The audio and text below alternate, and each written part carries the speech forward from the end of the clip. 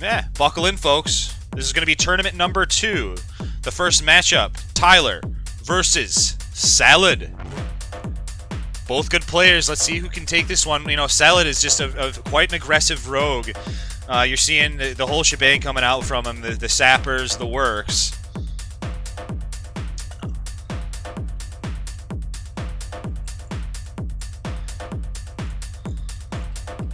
They need a reset here.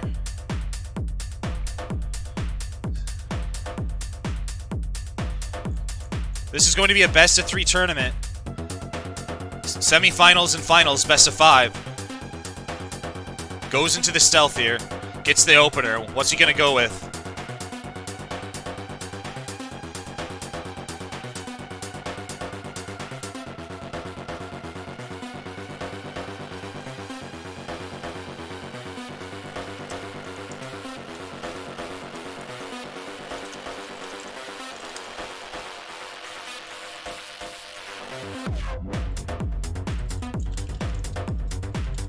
Okay, sorry, I was talking there. All right, here we go. The kidney shot's going to... He uses the ambush, and then he goes with the kidney shot afterwards. Tyler down to about half HP. The title shot coming down. Goes with the sapper, just full offense, and it just happened so fast. I barely got... I was tucking in. I was ready to go. There was just so much DPS coming out.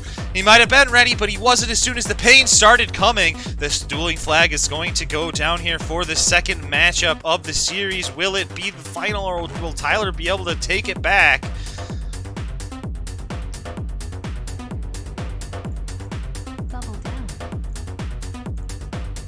Okay, they're gonna re. You know, sell it, and I'll let him. We can totally do a re if you'd like to, Tyler. If you were typing me, we've done re's for less.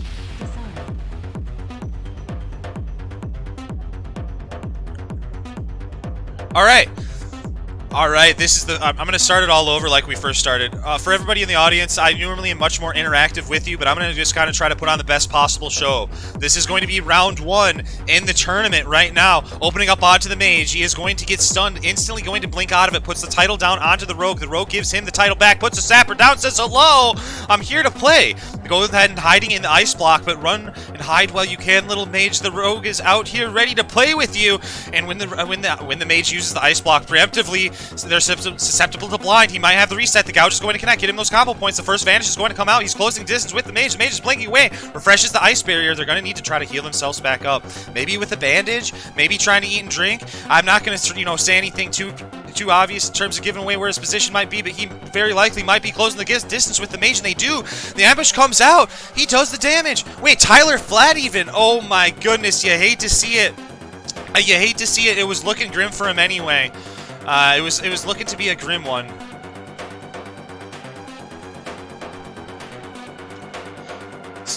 All right.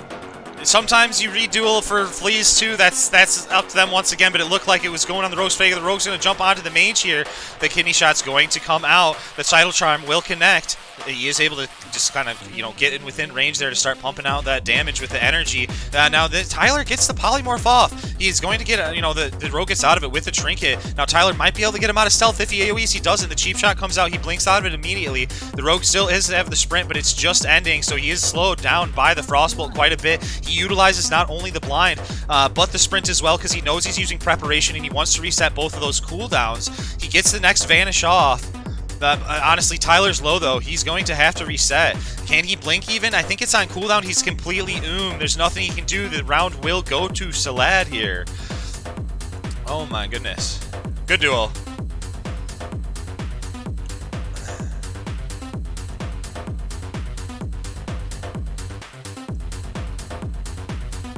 The next duel will be between Fizzbin and Kael. Fizzbin and Kael.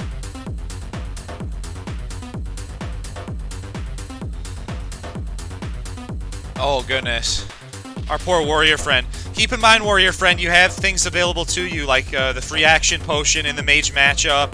And with our rules, you have the... I believe it was was it the helmet and the 30-minute cooldown, too? I should grab that here.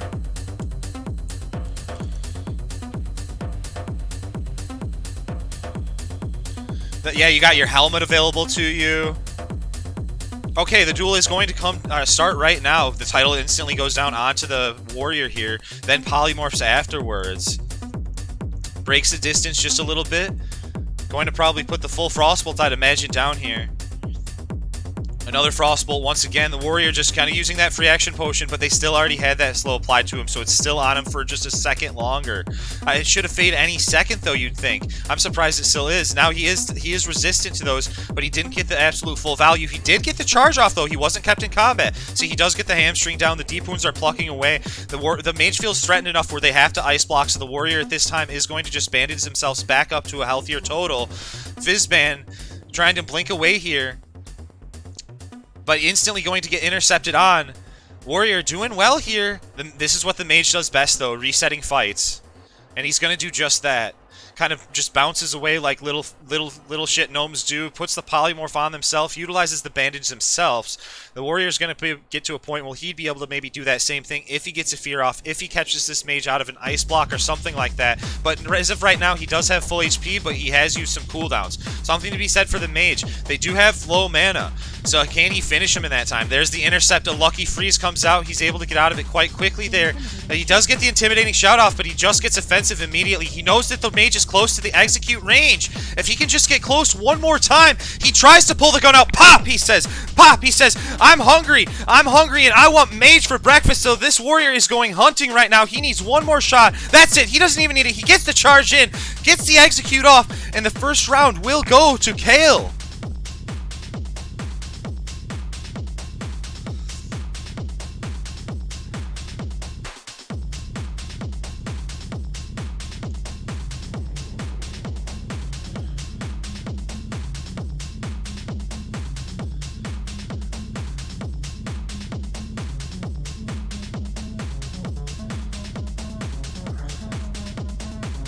Alright, the charge goes down onto the mage here. He's just going to reset and polymorph.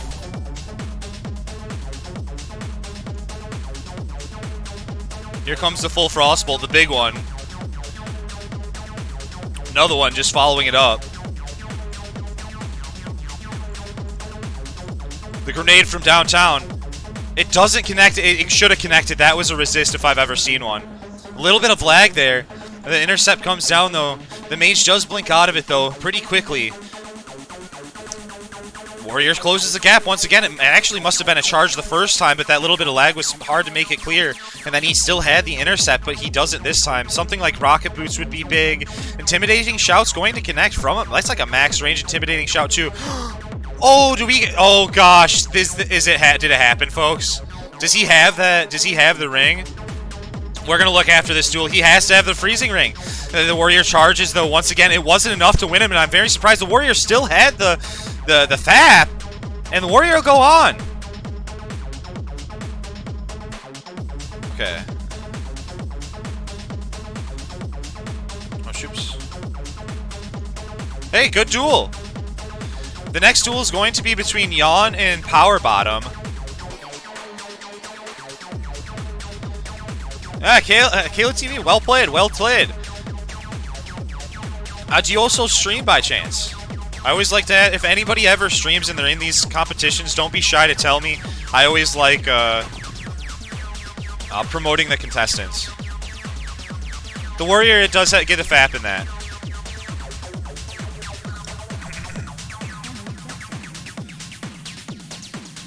Yeah, Powerbottom. Let's see if he's able to put the pressure on his opponent. The dueling flag is going to go down here. He needs some mana back up. I'm going to go to the next. Too basic. I need to go to the next song. Alright, alright, alright. King Maxi, you'd be surprised. Normally they actually, like, that's one of the first times in a long time we've had a warrior beat a mage. And that's been a consistent rule.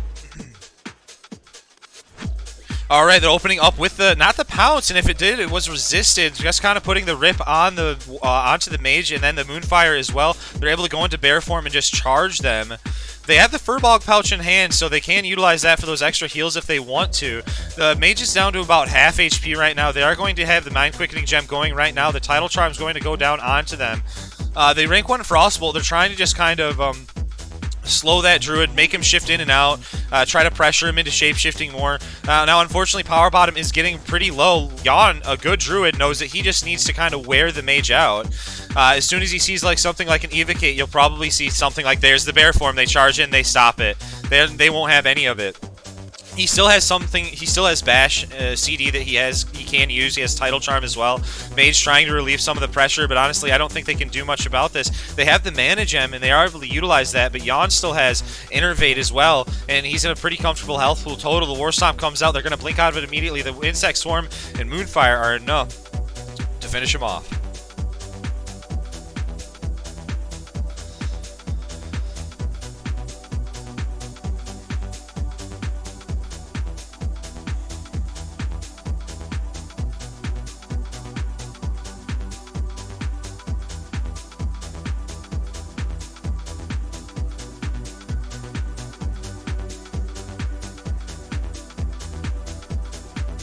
I actually like this matchup as well.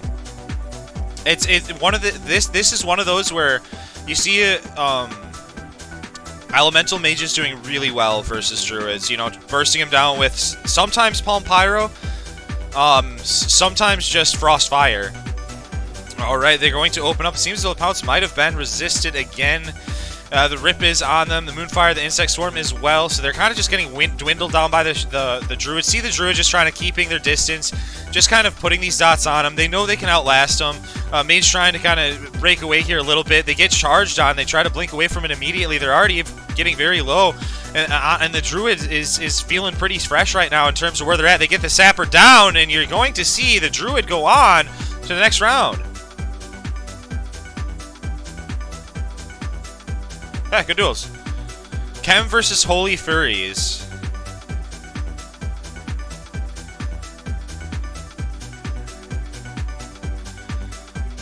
Khem versus Holy Furries. Askafin says, "Can I join with my shaman?" This is it. The brackets are final now, so this is already started. So it'll have to be next time, mate.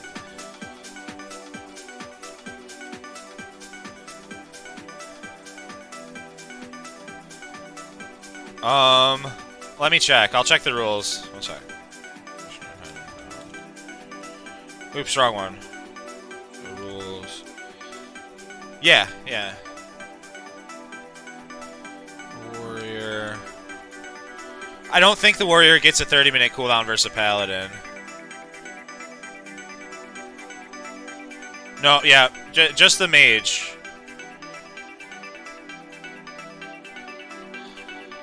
I can't change the rules midway through, mate. That's what they've been for the longest time.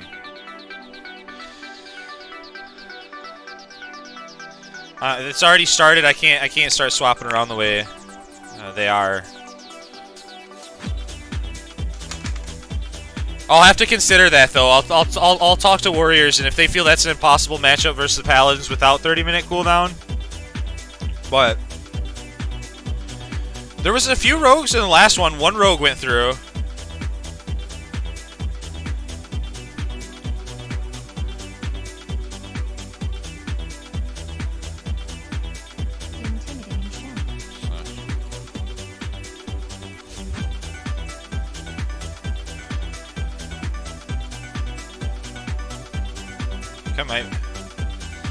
I think his friend's communicating the rules to him right now because he's not watching the stream. I think he's streaming right now.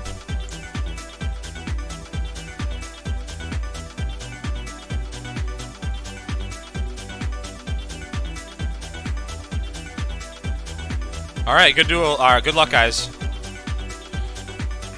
Dueling flag comes down.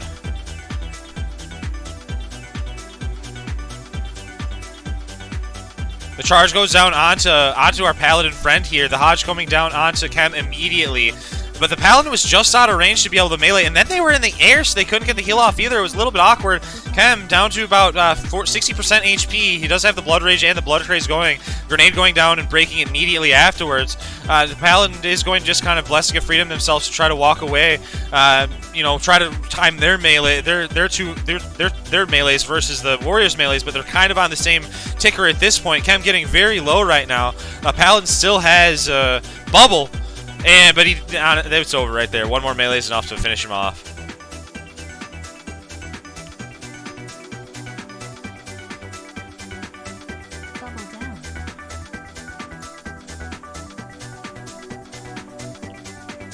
Well, I'll revisit this rule though. Don't worry.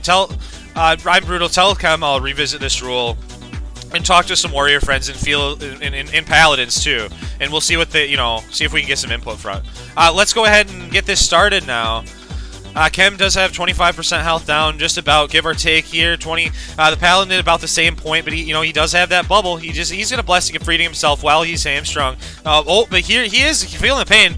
He has not bubbled yet. He's getting close to execute range right now. If the bubble does not come out, we're just gonna see a duel going in Khem's favor.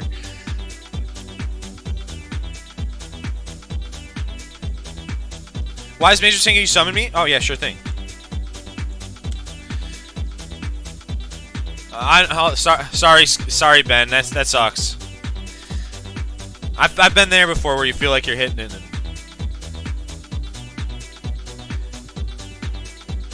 He had forbearance. It doesn't reset with dual resets. Oh wait, he had forbearance? Really? Does it not reset with duels on this server? Oops. Oh, I'll get you after this one. Hodge goes down onto Khem here. Trinket's out of it though, and then they're just trading blow for blow at this point, which is in the Warrior's favor because he did disarm. Just popping out the fear as well. Paladin is still disarmed. Kind of putting the blessing on himself to try to kite away. If he has forbearance again, then we would definitely redo. But I don't know if it was the case or not. If that was the case, I didn't know that was the case for Paladins potentially. I think that's always the case. That could be the case if it didn't reset properly. Now he closes the gap with the Warrior. Warrior gets a charge off, but he still has the bubble up. But he does get the rage off regardless. I'm nearly certain of that. And that's all that truly matters with that. He's just kind of trying to weave right now. Hodge going down onto Khem. He does have the Bone Reaver's Edge proc, helping him out just a little bit, slicing through some of that armor. Yeah, it's a tough one. Khem's going to need something in order to sustain himself, maybe a bandage after a fear, but it's just not going to happen. The Paladin is going to take this victory. Man, Paladins, please. Dude, we'll revisit that one. Poor Khem. Okay, the next duel is going to be between Dom and Vise. I got to summon Vise.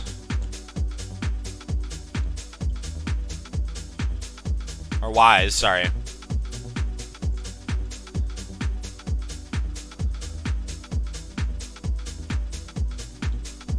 It was 1-2. Oh shit. Yeah, you're right. Might as well. Some folks might want to glance at it. It's so instinctual to. I probably do that more than I know. Okay, this is Wise versus Domaxe. Mage versus Mage matchup, which I actually like. Disarm.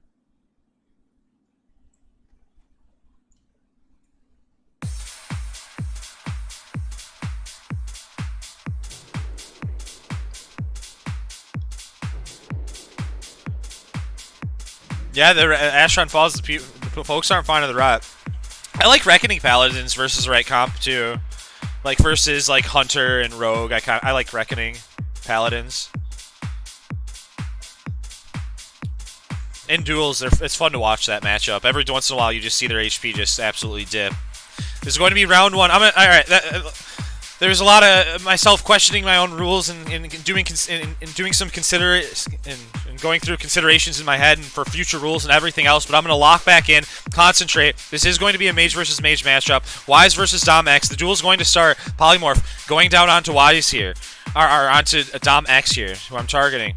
The full Frostbolt going to come down, just trying to break through that ice barrier. We're going to just see a reverse Polymorph here. Let's see if he ends up doing anything with Bandage early on. No, he's just going to get offensive and utilize this time to pop his Frostbolt. And his actually is going to crit. But he does put down the Tidal Charm, blinks towards his opponent. Both Frost Novas come down, and they start just trading these spells. Just these instant casts going very fast here. Wise is going to ice block this. He needs a Polymorph. He needs a Ice Set. He needs an Ice Barrier. And a Grenade will do anything. Maybe a Polymorph at that time? No, the Fire Blast is enough to take him down, and Dom will win the first round. Wait, is that a double? Wait, let me see something. I think it's a mistake.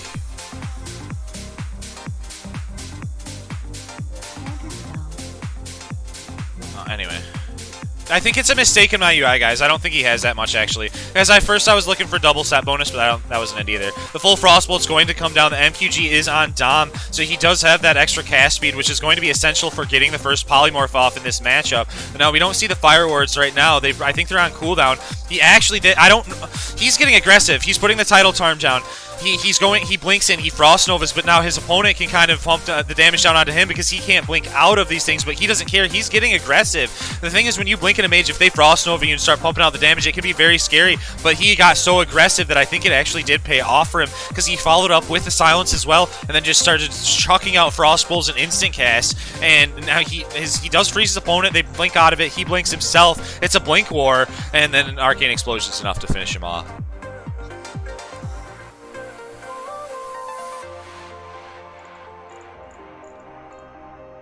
Dom will move on to the next round.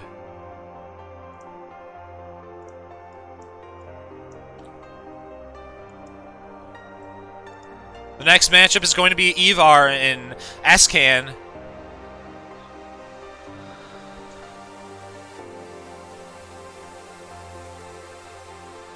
Loop, if you need a summon, let me know, mate. Just tell me your name.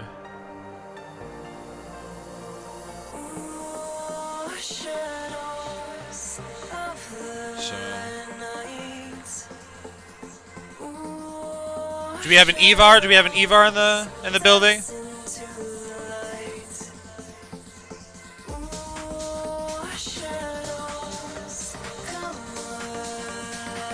We can skip this and come back to it if we need to. You might just get a free round though. Or if there was a fill-in last minute, summon.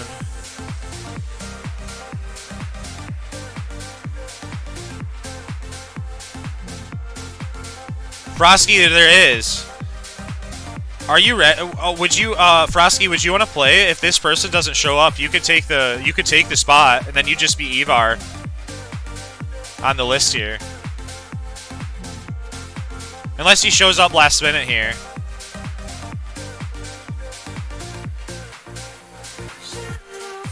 You got to go in 20 minutes. Hey, no worries. We'll try to get through it quick, and if not, well, you can fill in for when you can fill in. Do you need a resummon, Frosky?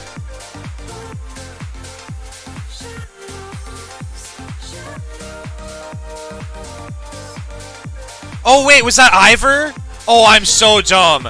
I'm dumb. Ivarsson wrecking. I saw him. I saw Ivarsson, then I'm like Ivor. Wait, Ivor. Wait, Ivor. Wait, Ivor. I misspelled it when I put his name in. Oh my gosh. Alright. My lovely troll Ivarsson. We almost replaced him. I'm sorry, Frosky. I jebaited you. I totally jebaited you. Okay. This is going to be between Ivarsson and Scankan here. Escanor.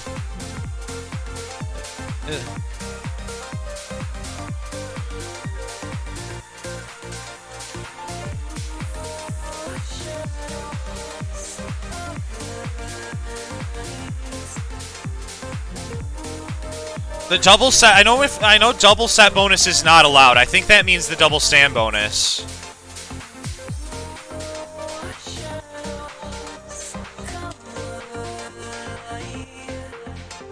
Is it not there? Let me check. Let me check. Let me check. Exclamation point rules.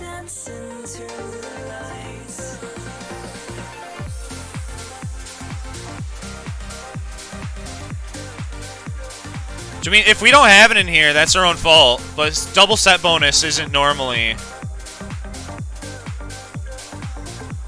Oh, I don't think we technically have it right now. We'll just put it in for next time.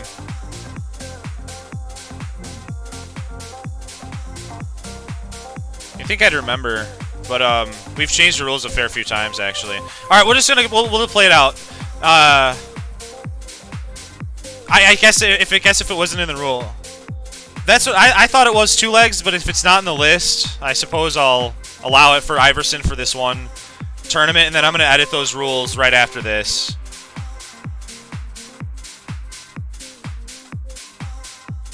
Scan kick his bum anyway.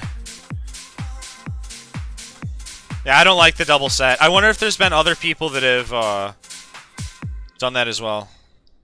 and I just haven't noticed. It's hard to catch everything. Thomas says, yo, Jeff, gotta go. Thanks for the tournament. Hey, talk to you later, Thomas.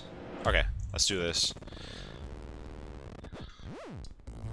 Sorry for the hiccups, guys. Normally these things go really smoothly, but there's been a lot of questions and things brought into question that I haven't necessarily thought of in a while. It hasn't come up. The concussion shot's going to proc. The Viper Sting comes out right now. Oh, they're redoing here. Music is just like seeing the colors of trance and feeling the power of acid. Trance and acid. Trance and acid. Scan isn't quite full right now. We might want to... Oh, goodness. Alright, here we go. He's going to just rocket boot at him. He does close the distance here. Ivarsson does get the scatter shot off. No, the scatter shot is going to get resisted by the Paladin. The Paladin just sticking onto the Hunter right now. Hammer of Justice going down onto the Hunter. Here, oh, the net is going to actually backfire, which is perfect for the Paladin for the most part. Until the Tidal Charm comes down. But he's trying to heal right now, which is a rough time to heal. He's got a lot beating on him, but honestly, look at his mana. He's doing fine right now. He's even still going offensive with the Seal.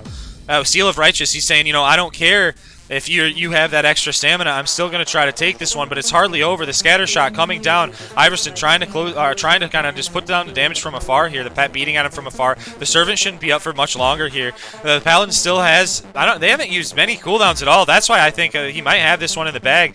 The Hodge is going to get resisted there, and the Intimidation going down onto the Dwarf. He's going to bubble himself up there. But can he judge to try to slow down Ivarsson? He goes for the heal, which probably is the right call right now. Thing is, Ivarsson could potentially... No, he can't eat up because his pet's been on him the whole time and he's been autoing. So at this point, the lay on hands is still an option for the Paladin. If he gets slowed down, there's the Blessing of Freedom. There's the Blessing of Freedom, and then he also has...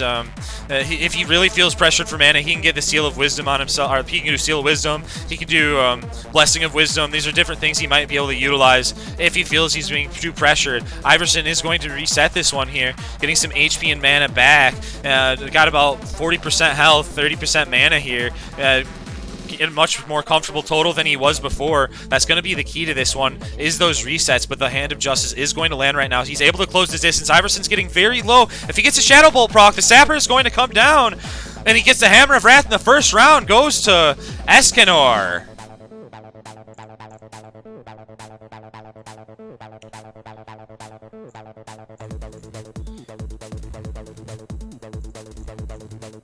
Alright, here we go.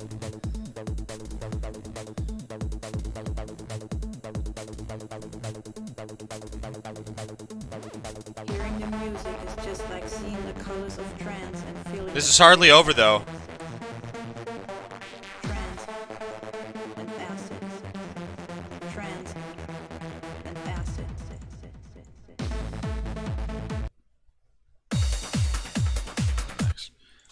Alright, he's using Rocket Boots here to close the distance, judging the Paladin.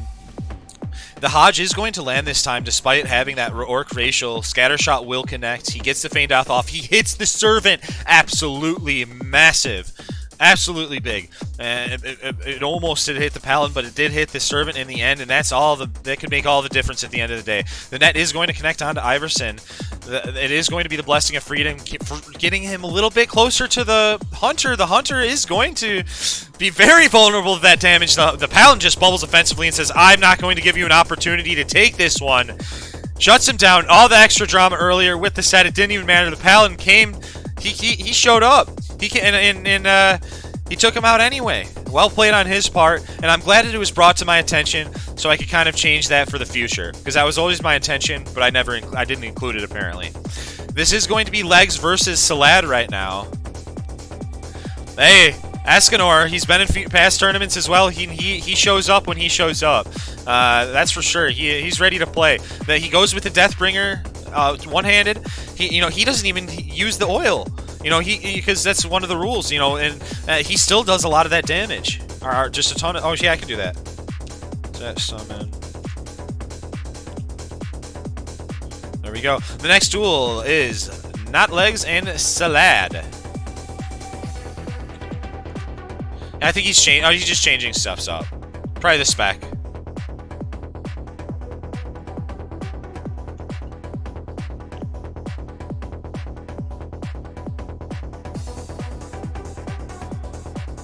Oh, he might not be in stream still.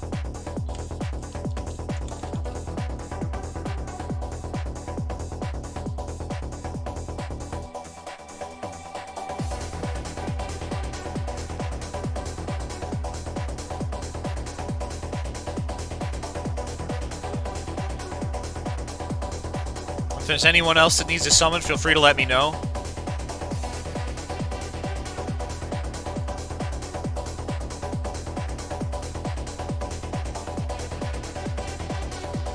Alright, he just wanted to change race here to the Orc. So here we got contestant 1. Legs might be doing the same thing. He's going with human on this one. Versus the Rogue here. I'm surprised he's not utilizing his smork like he does a lot.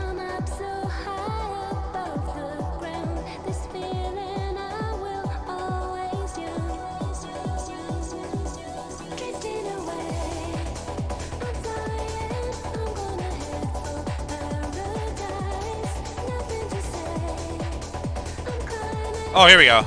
Oh, I think he did go Orc. I was just targeting the wrong guy. Alright, good luck, both contestants. Oh no, he's Gnome right now. He's Gnome, he's Gnome. I had to check my log there. No, it's not. Only in Rogue versus Rogue. Only in Rogue versus Rogue.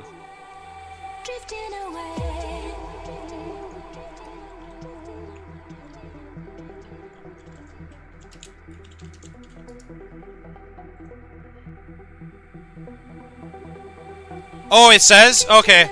I might be wrong. God, I'm so scuffed right now. I might.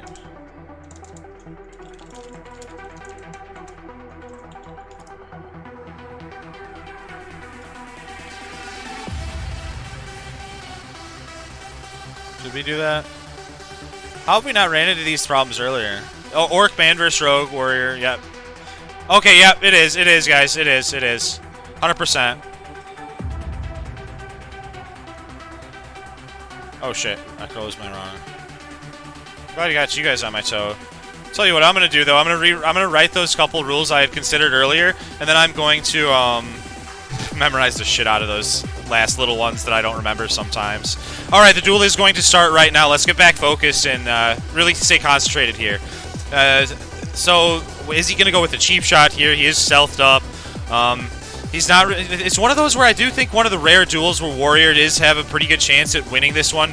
Like, especially if they did have things such as the Orc, because they already are feeling pretty good versus the Rogue. They have some. They can sword and board if they decide to. They can disarm. They can as soon as they get them low. And the Rogue has to be right in their face, trading blow for blow.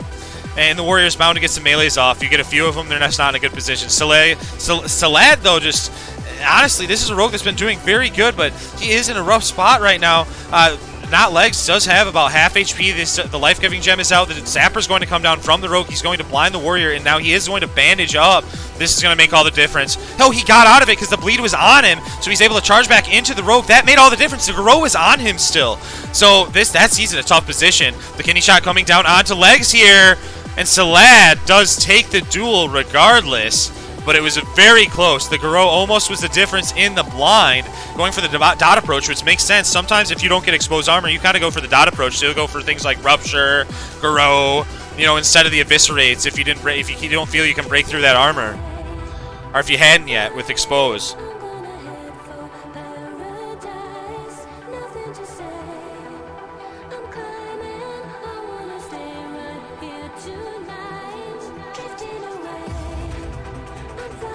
Hooded War is not Orc. It is actually banned in that matchup, which is something I actually forgot that was the case too, because it's been so long since I've actually ran into that rule. Because the Warriors must have been on their game and always following it, or it slipped past me.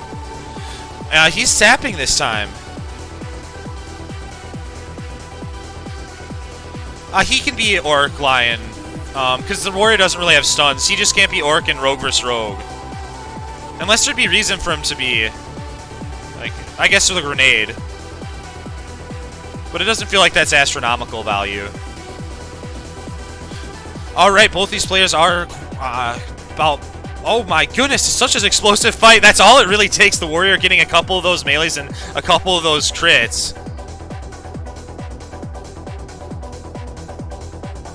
Is he going to reset? He's gouging. Exposed armor comes out. Kidney shot does afterwards. He's going for the burst potential. Both players are getting very low. He uses the eviscerate, so there will have to be an overpower that takes him down. But an execute, that's all it takes as well. He fears. He gets the back hit, and he's able to actually tie it up 1-for-1. Holy cow, that happened so quickly right off the bat. I was rambling a little bit at the beginning of there, but this is one of those where it can happen quickly. You know, a couple of crits from the warrior, a deep wounds proc, an overpower hit. They're in execute range. The dueling flag goes down here.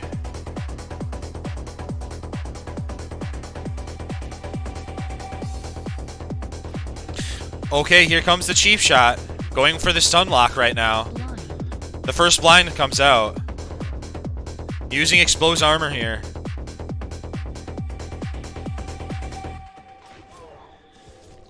Going with the Vanish Garou play and Rupture play once again. He actually even has the exposed armor as well, so his melees are doing a lot. Going for the bleed approach though right now. If he needs to reset, that might be where it's a problem. Grenade connects, but it does not last for very long. Salad getting nearly in execute range, but Legs is kind of slowly going down. But the blind comes out, but the bleeds are still on them, so they come out instantly meleeing the rogue and executing him. Those bleeds almost kind of getting the better of him in a certain sense, to some regard there, because the blinds just couldn't do their job. So this is going to go to Legs here. Our warrior friend will move on to the semis. The next matchup is going to be between Kael and Yawn. Are we going to see a warrior versus warrior matchup? We've seen a lot of warriors in these tournaments.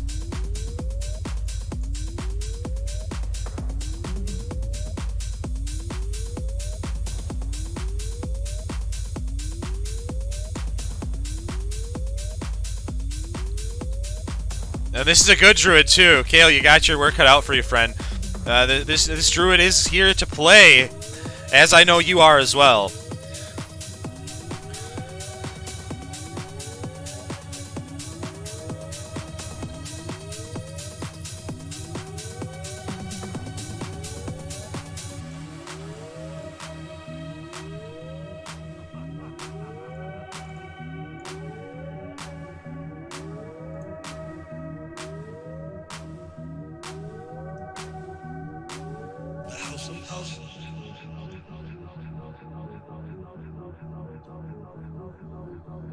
The dueling flag goes down.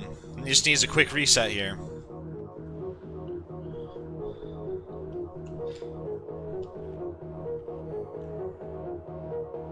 Just kind of getting to full here. The pounce comes out immediately. Actually going with the Entangling Roots and the Net and the Moonfire. They're not even fucking around. But that gave him a lot of value when he used his trinket to get out of that there. Entangling Roots coming down one more time from the Nature's Grasp. Drew is making sure to use Bark Skin, but he's getting he might get caught out of bear form here. There we go. Pops back into the bear form. About half HP. Kael at about half HP as well. He does have those dots on him. Demoralizing roars on Kael as well, so those melees will do just a nipple here less, but it won't be a substantial amount. The thing is, it's just going to come down to, can he catch him out of the bear form? And he does. So if he's going with the one-handed approach right now, and it certainly is doing a fair bit of damage. I didn't know bringing out the two-hander. He's going to get it very low. The War Stop comes down, but the execute's enough to take the druid. The resist on the root. That's what it really came down to be honest with you. I'm surprised. I'm surprised that there was a lot of like one-handed damage there. Now there was a couple times where the two-hander was out, but it felt like there was a fair bit of damage coming out straight from the one-handed weapon.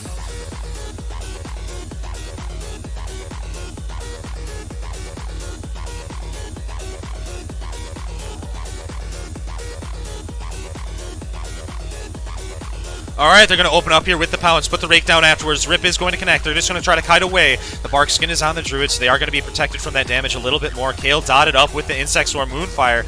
The warrior is going to charge in, but instantly the Nature's Grasp is going to put them, potentially in a spot where they'll get kited, but they don't. It doesn't last very long. There is a stun going down onto the warrior, allowing the druid to kind of get another Entangling Roots off. The warrior does manage to get a grenade down, and they do get 2 ticks of bandage, so you might as well do something while you're stuck in the roots there. The grenade connects, but it is resisted afterwards. This druid is just kiting very, very, very well right now. But he got caught out of bear form for 1 melee, but he put the net down.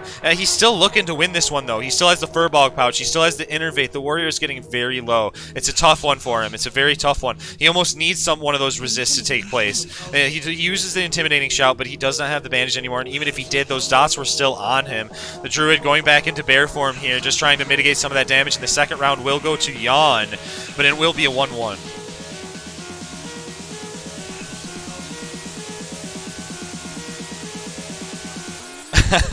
Yawn with the anxiety skyrocket and mate. I hear you there.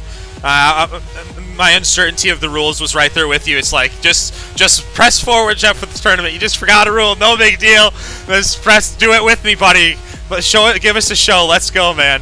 The Druid versus Warrior matchup is about to take place. Both of us pulling up our pants and getting ready to battle. The Pounce is going to come down. The Rake is afterwards. The Rip is going to connect. He's going to sprint away. He has the Nature's Grasp. Will it connect? He is have Barkskin. He gets caught out of bear form, but he has Barkskin up, so it is going to mitigate a lot of those melees that are coming out. Going back into bear form, trying to gain some rage. Maybe trying to preemptively get some of that in order to get Frenzied Regeneration out. Either way, Kael at about half HP right now. Uses the Nature's Swiftness there. Did he use the Nature's Swiftness and Tangling Roots or something of that? I think something of that nature. That is beautiful. If that was the case, it came out very quickly. The net going down onto the poor warrior, getting kited. Yawn just kind of making this one look easy almost. Kael getting low. Honestly, it's a tough one for the warrior when the druid plays their cards right and the resists don't happen. They have so much kite potential. They have, they have the entangling roots. There's so much under their belt. Kael trying so hard, but in the end, the entangling roots and the nets were just too much. I think even the Nature's Swiftness entangling roots was one of those where I think that was one of the plays that happened, and it's a tough one. It's a tough one for the warrior with so much kite potential. This is another fellow content creator. If you like this warrior gameplay, if you want to learn something new, I encourage you to check him out. It is Kayla TV. A big thanks to them for coming out, saying hello, playing with us. You're welcome back anytime. I'll always be looking for ways to improve the tournaments. So if you ever have input, don't be shy. Let me know. So thanks, guys. Thank you for participating, and let's go on to the next duel here. It is going to be between Zabba and Holy Furries.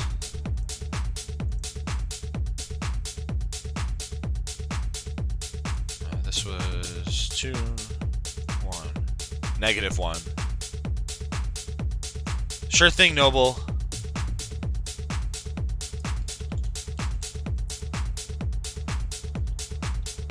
Alright, another Warrior versus Pally matchup, and I'm sure there's some that will critique that and be like, well, Jeff, I really think that this is an uphill matchup for the Warrior. You might want to reconsider it, but I do like.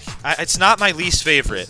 I've seen some Paladins, some Warriors do some cool things. I think what I just need to revisit is potentially the rule matchups between them. If Warriors deserve a 30-minute cooldown or anything like that. But anyway, I want to see what Zabba can do. I want to see if he can pull this one out of his hat, or if it just feels as though Paladin feels favored. He might even end up fighting another warrior later. I think Legs is still in here, so the dueling flag is going to go down.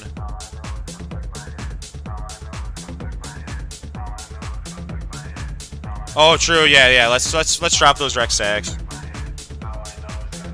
Good call. Oh, do they? Oh, I had no idea. Sick.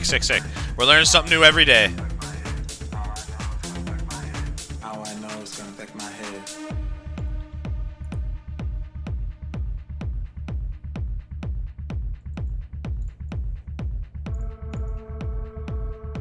Alright, the charge is going to come down here. The Hammer of Justice connects. The no orc racial this time. The grenade does as well, it looked like. That stun, I mean, I might not have. That Hodge just is such a long stun. Now, the Paladin just kind of running after the Warrior. The Warrior is just building that little bit of rage. He's going to try to kite away and just put the melees in. This is what it's. I think he just wants to charge and try to trade melees. Charge, trade melees. Really utilizing as much. He's pooling rage right now. I think that's what, the name of the game at the moment. He uses the life-giving gem. A little bit more. Charges back in. Tries to get another hit off and just get a little bit more rage. He's going into the defensive stance in case he faces any sort of damage from the judgments. He does have this time to bandage up. He slowed the Paladin down, and it's all about kiting him. He's just bleeding this Paladin dry. Their mana is kind of is 60% right now. The Warrior actually just ate up. He charged in afterwards. He puts the hamstring down, and he continues to kite. Just kind of weaving in and out here of the Paladin's range, not trading blow for blow, just getting that, building up these rage, just his total rage pool here. He stops the Paladin from drinking with the grenade, goes back into the battle stance, gets the charge off,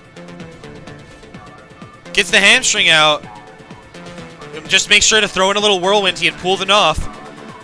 Kiting away again. It's a dance. It's a dance. He trinkets the net. Blessing of Freedom on Ben here. It's about 50%. The full charge is going to come down. He can't hamstring just yet. He might throw one down. No more melees. Just going to kite away. It's a dance. It's a dance. With the Warrior, when they're fighting mobs, I always say weaving looks like a dance, and he's doing that right here. And I'm glad he's showcasing it. He does pop the Grandmaster Arena trinket. No, that was a slight bubble around him, but I don't think it was that. He charges back in. Ben at about 25% mana tries to judge him. Zabba's not giving him a ton of reckoning stacks. He's very calculative how many melees he's getting off. Now here we go. He has the hamstring, and then he bandages. He has the deep wounds on him. Ben tried to time it with the deep wounds dropping, but it just last second got the last tick off. Ben is going to bubble right now and try to keep the just try to close the distance with Zabba, but Zabba will just kite away. Ben is just faced to heal himself back up, which is probably the best plan of action. Maybe even get a tick or two in of that mana. And he does get one tick. Zabba charging back in, and then just kind of kites back out afterwards. The hamstring is on him. So now Holy Furries is in a position where he's going to have to try to do something with the Blessing of Freedom, but it wasn't off cooldown yet. Zabba getting one tick of the food, charging back in, getting more rage, weaving in a whirlwind, trying to just pump out that damage, going back to battle stance, just receiving some of that damage, getting some of that rage as a result. This is very calculative here. Very calculative. The full heal coming out from her. No, not a full heal, but just a small heal coming out from Holy Furries here. I don't think he would have had mana for a full heal. He does use the Blessing of Wisdom, or the Seal of Wisdom here, trying to get some more oomph. Perhaps we'll see the Blessing of Wisdom, or the Seal. No, he had the Seal of Wisdom. Maybe we'll see the Blessing of Wisdom as well. Zabba charging back in, not getting it. He's playing it safe even to this point. Even to this point, he doesn't want. He knows he can eat and drink right now. He knows the Paladin can't necessarily close that gap. So then he waits until the Paladin tries to drink, and then he charges back, and he does it over again. The Hodge comes out onto Zabba here, and he just continues to bombard him with the melees. The disarm comes out onto the Paladin. The Judgment's going to connect afterwards. Whoa, was that a lay on hands that got nerfed by Mortal Strike, perhaps? It looked as though that was the case because it was a big heal. Zabba charging back in. See, this is why he had to play so defensively. There's a lot available to the Paladin right now. He's got to burn through all these things. He's got to eat and drink. He's got to try to mana up. Or not mana up. He's got to try to heal up. He can't bandage just yet, but he is eating and drinking. The problem is the Paladin is too. Here's my thought process, though. The Warrior is like, okay, I've burned his cooldowns. I've burned his cooldowns now. There's nothing left. 3 minutes until he has a bubble again. He's even used his blessing. He's used all forms of bubble he's going to be able to do. He'll have the half damage one once the forbearance is gone. Zabba charging back in right now. Goes back into defensive stance, trying to absorb some of those melees from the Paladin. The grenade comes down. It is going to connect. Even it's the lovely grenades looking like sometimes they won't connect, but they do. I always love that, and it's partially dependent on how you aim, or where you put the cursor when you were going for the grenade in the first place. The charge comes down. Hamstring will slow the Paladin down. The Paladin has full mana though right now.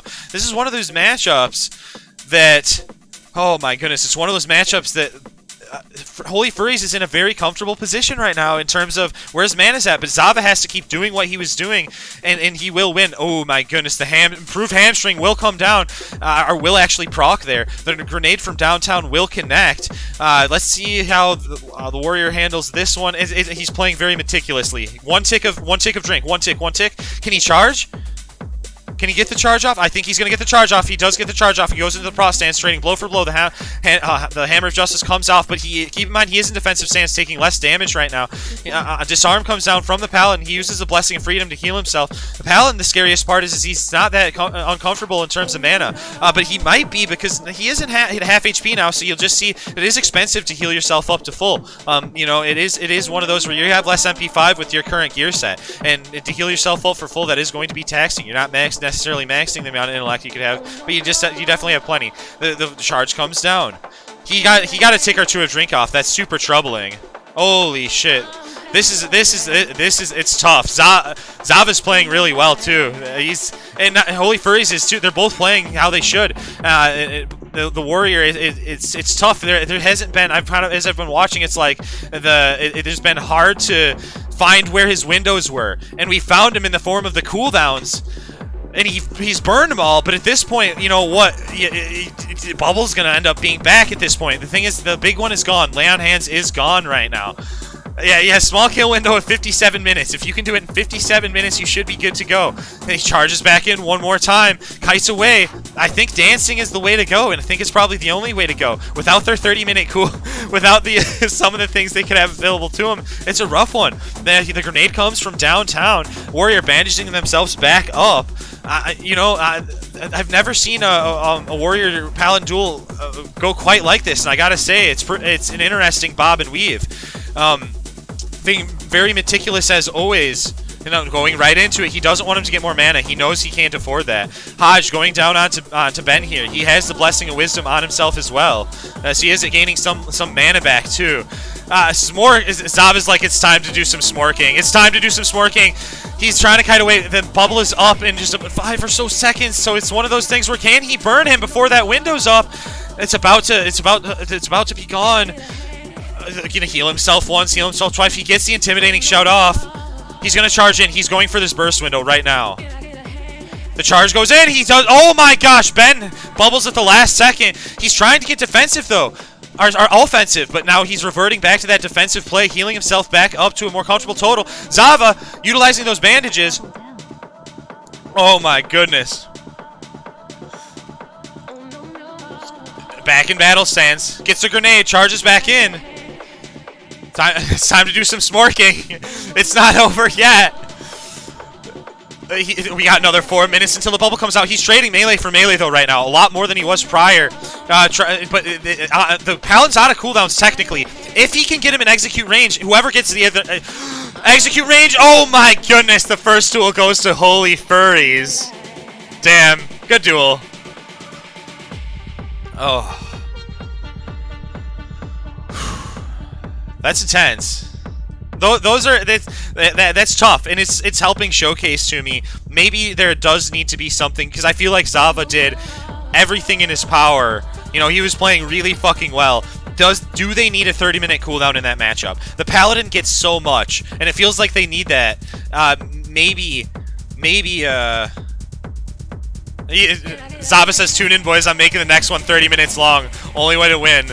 All right. I sure can link the playlist. Hope you guys like. It's gonna be a long stream, folks. Cool.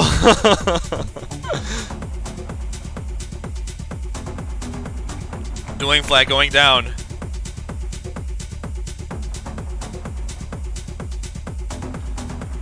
I'll give you the bracket in just a second, mate. Here, let me see. I can do it fast because we know that's gonna take a second. Look at he's going for the long game. He's going for the greater Blessing of Wisdom here. Going for the long con here. With those bursty fights, Kings probably does more good. For those long, drawn-out fights, I'd imagine the Wisdom is winning over.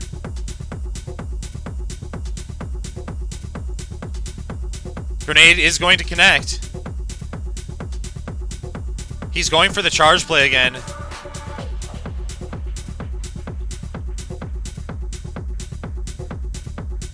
Ben maybe he'll drink up. Nope, the charge comes down. Hodge will connect. Trinkets out of it though immediately. Hamstrings on him. He'll need the blessing of freedom, and there it comes. Grenade will connect. No resist this time. There goes the intimidating shout. Trinket out of it immediately there. Gets the regular charge off. No, that was actually the intercept. That was the intercept this time. This is his moment to bandage. Paladin would need like a grenade or something.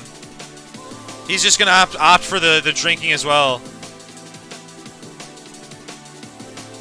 He's gonna do the same thing. Like, all right, well that bubbles from the last duel. He hasn't actually used it yet.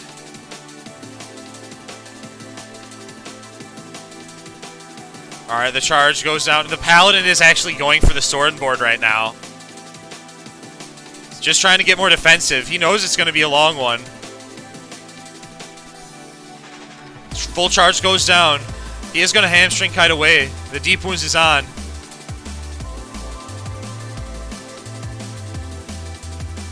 Heals himself back up here. Not using much mana. The charge goes down onto Holy. Just kites away.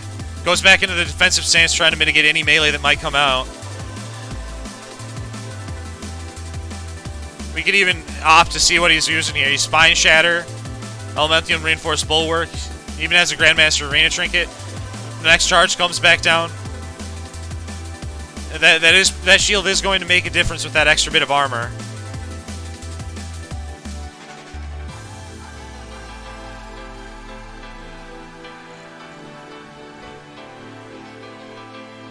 Just kiting away. The Blessing of Freedom's the only way out of it. And even then, it always feels like you're hungry for it. He gets the charge off. Just kind of kites away. Puts the demoralizing roar out. Keeps meleeing. The grenade is going to go down. It will not connect. Paladin just kind of Jason figure. Walking towards his prey. Warrior popping the life-giving gem. The grenade is going to come down.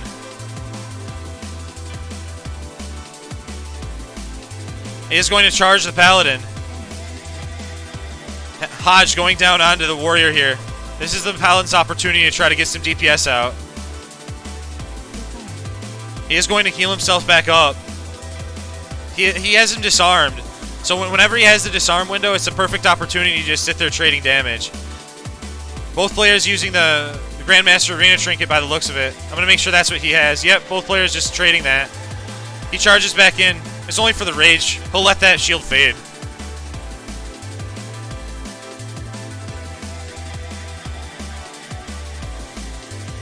He's just going to bandage himself back up, utilize that cooldown, charge back in. Puts the Demo Roar down and wants to chunk him a couple more times. He might have time for another one if he wants to, maybe a Whirlwind or something. Switch into battle in case he takes that extra damage. Hodge goes down onto the Warrior here. Paladin is going to connect. The grenade will not hit. The Orc Racial will keep him resistant towards that. What? Wait, what? Zabba defeated Holy Fury? What did he hit for? Absolutely big. It was just a series of... Holy moly. Sword proc. God damn. I want to see where it actually killed him here.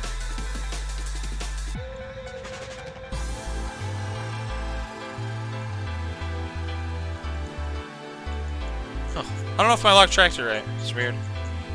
Ah, damn though, those were some big hits. All right, 1-1.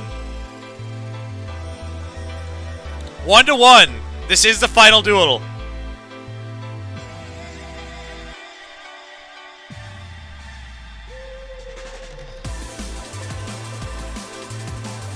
Alright, the dueling flag is going to go down here. This will be the last duel between these two. A best of 3. A tough duel for the Warrior. I'm glad we actually had this opportunity in this tournament to do Paladin Warrior. We haven't had very much of it in the past. And one of the reasons being it showcases that it might be a good idea to give the warrior a 30-minute cooldown, so it's more bursty fights, potentially forcing cooldowns from either player quicker, because then his cooldown very well just might trigger the paladin's cooldown, and then it just goes faster. So that might be something we'll be doing in the future. The disarm coming down onto Holy Furries here. He's gotten fair bits of damage on him already. The disarm was on him. Any opportunity he has that first aid, he's good about utilizing it. Holy Furries considering the heal up here.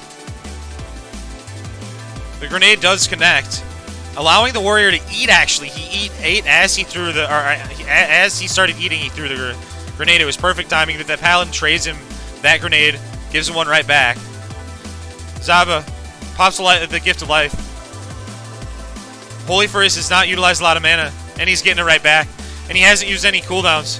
Effectively, this duel is just going to restart. The true warrior, yeah, the true winner here is first aid.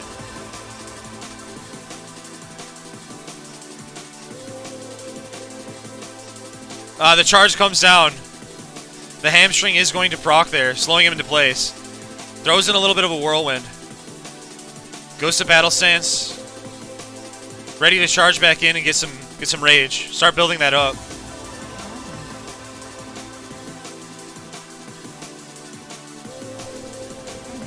The Hodge is going to connect. Instantly going to trinket. We kind of trade a couple of melees here. There we go. We traded a few melees even there. Holy moly. Paladin is in range to at least judge. The grenade will not connect. Charging back out into the Paladin. Holy Furries is about half HP. Oh, Warrior's going to pop his trinket right now. He needed to mitigate some of that damage and then put some of his own damage in. The grenade goes down from the Warrior. Bandages up right when he throws it. Charges in. Puts another one down. There's another cycle of the Hodge from the Paladin here. Just kind of playing right in range. Meleeing every opportunity. Wants to keep that distance. He can get defensive later after with his bubble. He wants to utilize Blessing of Freedom and just kind of keep the melees trading melee for melee. If he gets turned around and execute, that could have been it. Oh my goodness. Ben is just going for the defensive play. And he reverted back. He's going for the defensive. He's going to heal himself back up. But honestly, Zabba's not in the best of positions either. If Ben maintains distance when he has a Blessing of Freedom on himself, at that point, it's going to be difficult for Zabba. He doesn't have his bandage up just yet, but he is able to eat and drink. Ben's doing the same thing, so they're actually just trading health. Thing is, he's burned bubble now, so that's one thing that needs to be checked off the list.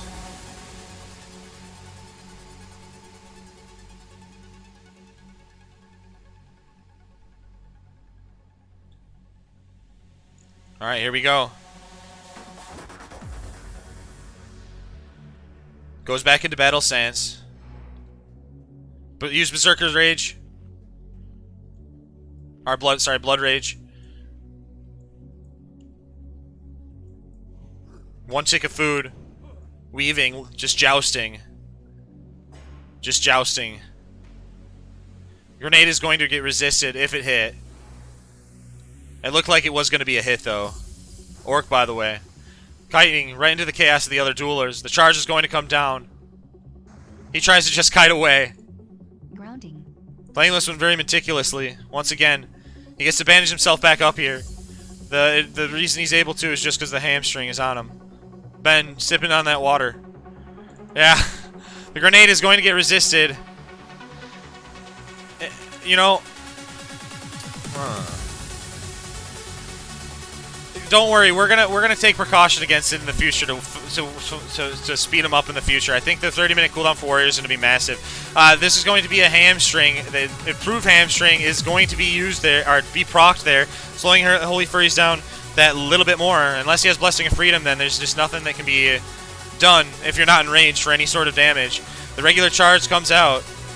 He intercepts not up for another couple of seconds, another 7 seconds or so.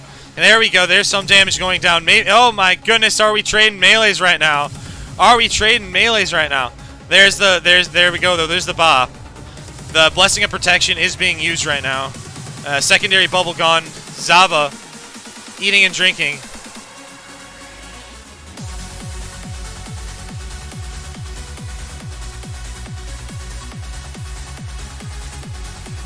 Alright. The net's used onto the warrior. Paladin walking towards him. I think it was, it's because there's one food that does both. And then I see both and you're like, oh. Yeah, you're eating and drinking. It makes sense. He throws a grenade, connects, charges in. Thing is, bubbles up in 2 minutes. If it lasts, you guys, if it lasts 5 more minutes, it's 6:58 my time. I'll make a call at that time, but maybe we'll do like a roll or something crazy. But honestly, I think it'll end by then. 5 minutes, this could happen. Both players at about half HP. The life-giving gem has been procced, or been used as well, giving him a little bit more HP to work with. Hamstring is on the Paladin. The deep wounds just kind of dotting, or just kind of bleeding them a little bit. It's not too overly substantial. Warrior eating up. Empty likes it. He's like, give me more of this duel. Don't make it. Don't make him roll for it. Give us content, Jeffy. Oh shit! The charge is going to come down. There's the seal of righteous, trying to get those bits of extra damage in every time he gets the melee. The thing is, the blessing of freedom. The blessing of freedom might get him out of the hamstring, but if he's not close enough to melee, that ain't gonna matter. He just walks at him. He puts back on greater blessing of wisdom.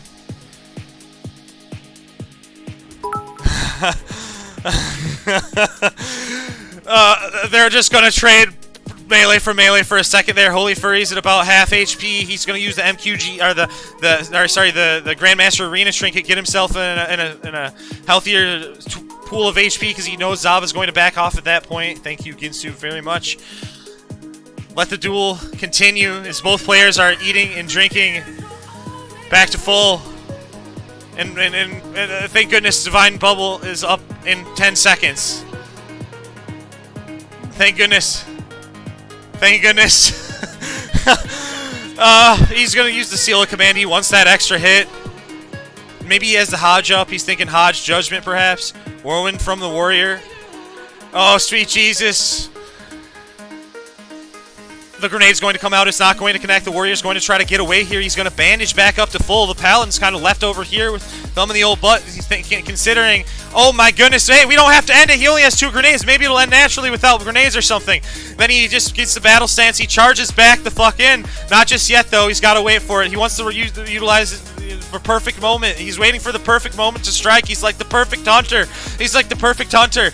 And then he goes back into Pro stance, and he's trying to absorb some of this damage, just mitigating these melees, trading melee for melee. The Paladin, 35% mana right now. They're going to heal himself back up. They got the Blessing of Freedom on themselves. They're going to go ahead and walk away, but both players are perfectly content to just eat up. They're like, Jeffy, we don't want you to stop streaming. We're just going to fucking drink up. You guys, no, you guys. Okay, final call in 4 minutes. You guys have 4 minutes to duke it out, and then we're slash rolling. You have 4 minutes to duke it out. 4 minutes. It's 7 o'clock my time. God damn it! The dual flag. It's there. It's waving in the air. We got beautiful weather out here in Dunmorrow, and everything's going really fucking swell. He's just gonna go ahead and use his bow to try to put out some DPS. He's like, 4 minutes. I don't need 4 minutes. I'm in a smork. One melee goes down. You know what? Maybe that's what he's okay with. He's like, you know what? I don't think I can burn through these cooldowns. He's just going to try to live for these 3 minutes. And then it's going to just come down to a slash roll. That's what's happening. Slash roll. The Hodge goes down onto Zabba. Using the Blessing of Freedom there. They're gonna fight. They're just gonna fight. They're saying fuck it.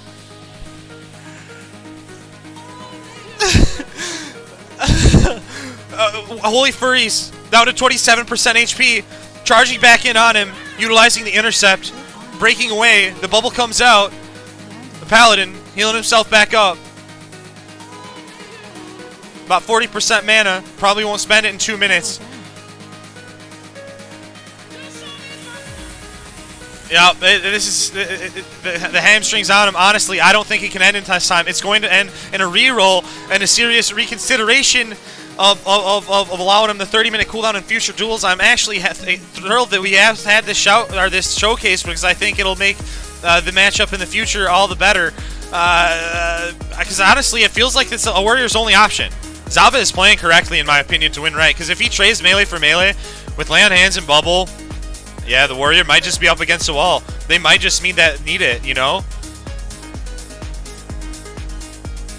See, it's just what has to happen.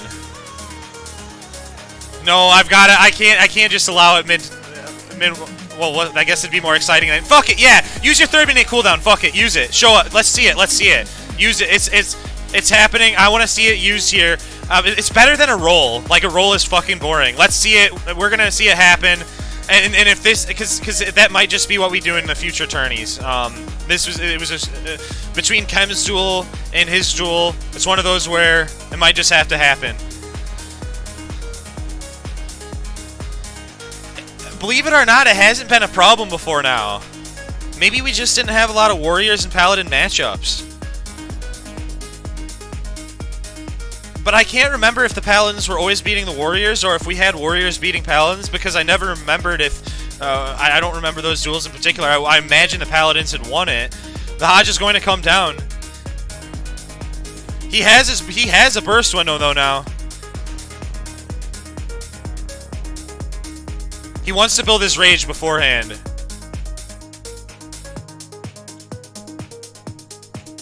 He gets the intercept off.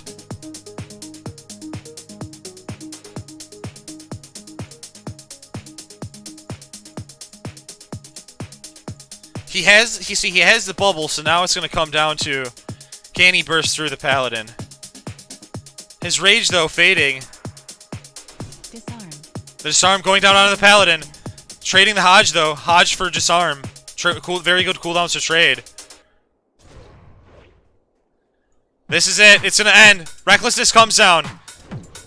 He's He's So this is up to the Warrior just to end it. Right here, right now. Getting the grenade down. Bandaging himself back up. There's the lay on hands.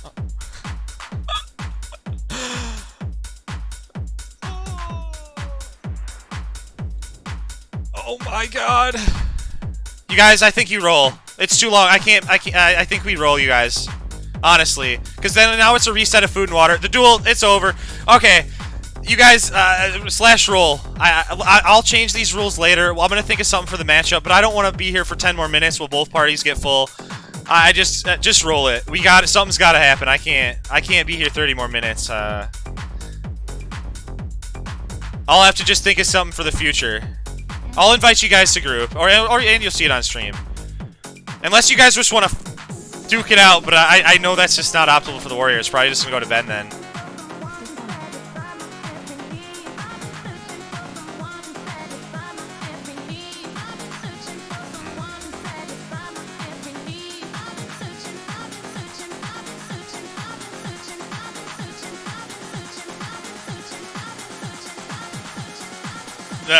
Yeah, okay. Alright, boys. Boys, let's roll it out.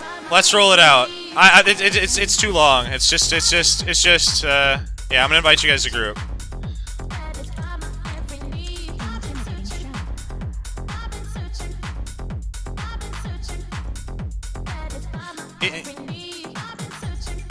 It's time. It's time. I can't do the infinite duels. In the future, I'm going to be doing, there's going to be rules in the future. If duels last X amount of time, maybe we'll have to do something like, if it's as simple as roll that match. We can think of other things as well. But trust me when I say we're going to add the rule for Warriors to be able to wreck in the Paladin matchup to see if that helps it out.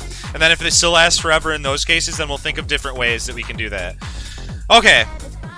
If you guys want to both roll, you're in raid right now, and that's just gonna. I know it sucks, but we're just gonna do it that way to move things along.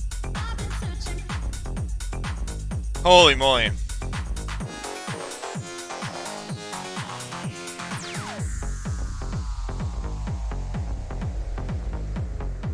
I need a time limit on duels. That's just the thing, and I don't have a better way to deal with it right now.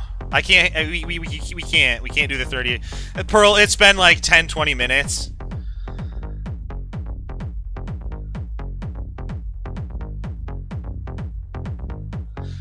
Okay. Holy Furries with the 2. All you need is a 2, 61. Zabba's going on. That's it. It's done. I know it's do you, yeah, it's gotta happen.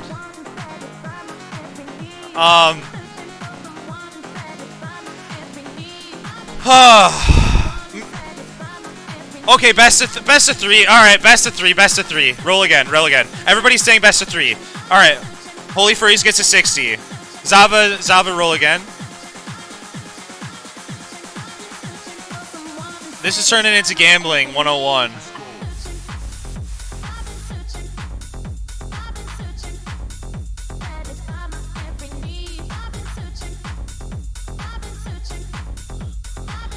Roll.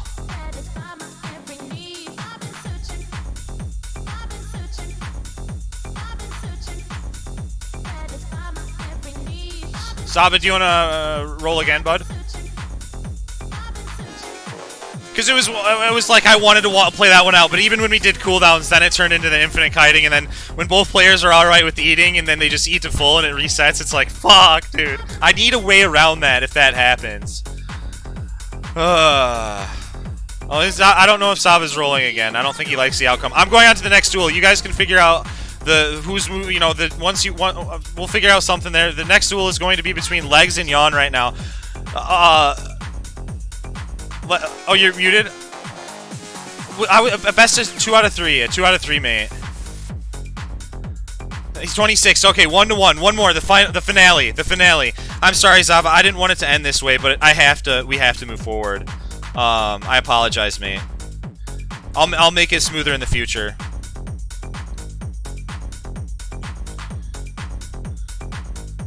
Alright, Holy Furry's got Furry 1. Zabba got 67. It stays the same. Warriors moving on to the next round. Alright. /summon. Domaxe. /summon. Holy shit, what a night.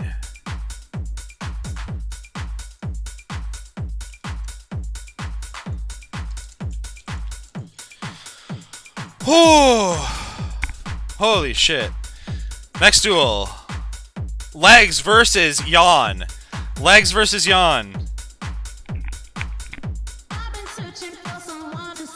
Oh, no, it is. Oh, sorry, I'm dumb. It's Dom versus East. You guys are right. I'm scatterbrained right now. You guys are right. Yep. This is going to be Paladin versus Mage. It's been one hell of a night. We've been all over the place tonight. The Polymorph is going to come down. Let's get back to the action.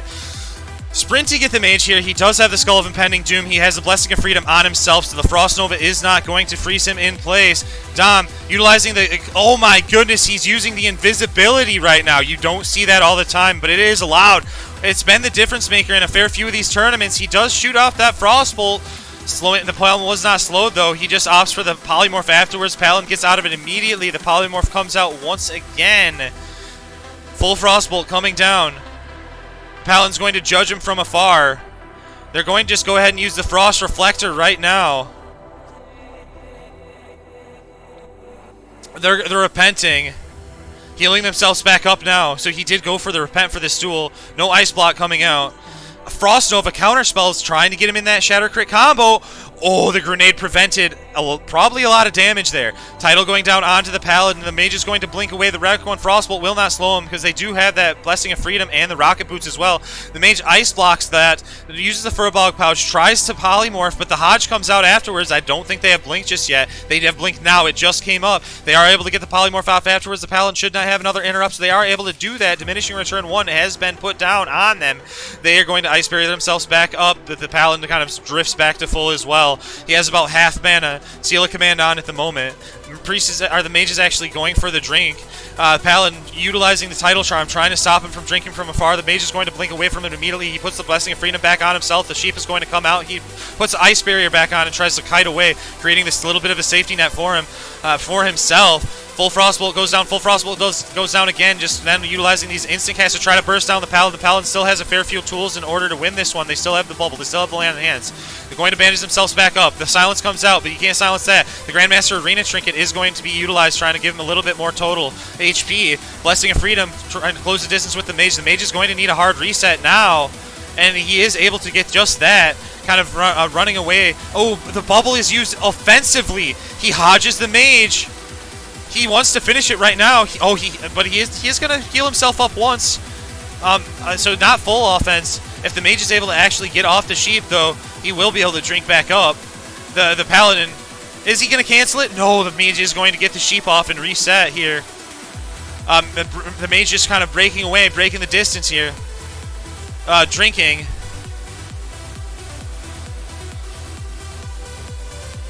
The grenade goes down.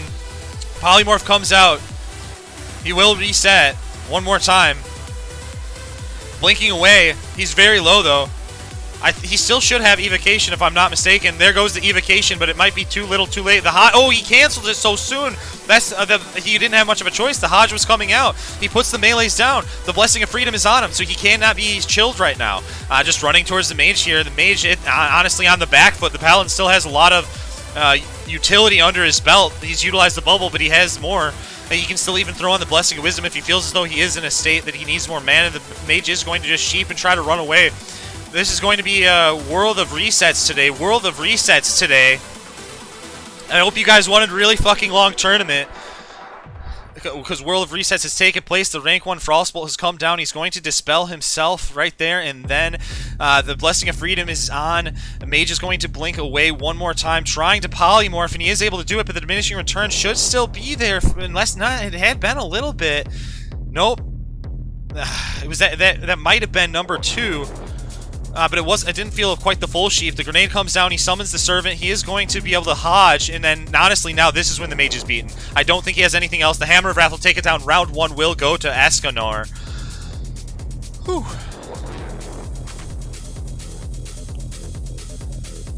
It's a Knight of Paladins, apparently.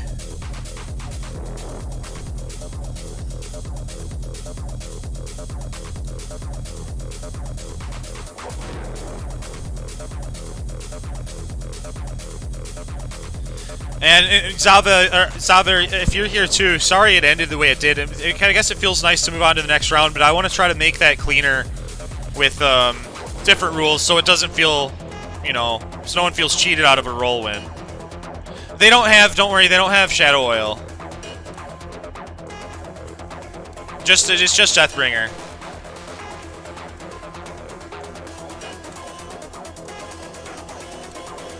Okay, the first polymorph comes down. No Shadow Oil, no Frost Oil. We just one of there technically was Judester, so that's why it probably sucks too. But that's all right. They still was a 1-to-1, and then it just came down to the final being that way. And the person in Holy Furries, the person that got knocked out was the one that donated it anyway. But hope he doesn't feel too bad about it. The Cone of Cold is going to come down. The Blessing of Freedom does afterwards, so he is not going to get chilled. The Hammer of Justice connects. He has to ice block it. He needs to try to eat some of this damage. Just kind of sitting there right now. He just wants to melee the Mage. That's all there is to it. He has a Furbolg medicine pouch out. If he does decide to use it, the grenade is going to come down. The Ice Barrier is going to get refreshed from the Mage. They're getting close to the point where they could get executed, but he still has to break through that shield. But Gold Snap comes down. The Frost Nova is not going to connect as the Blessing of Freedom is still there. Ice Block is going to come out once again, so there will not be another one available. Paladin running at the Mage here, healing himself back up once, just playing very defensively here, eating and drinking as well. The Mage is too. I felt as though they was in a very dominant position to win that one. I'm very surprised that he's going to give the Mage the opportunity to potentially get back to a healthier total, and not only that, but sheep him as well.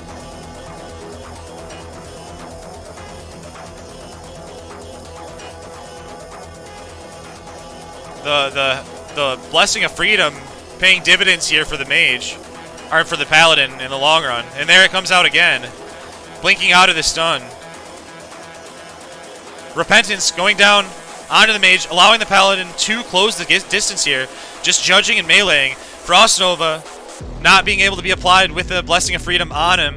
Furbog Pouch coming out from the paladin here, using his boots and his Hand of Justice to try to just finish this one off very quickly in the second round. Will go to Escanar, and he will move on to the semifinals.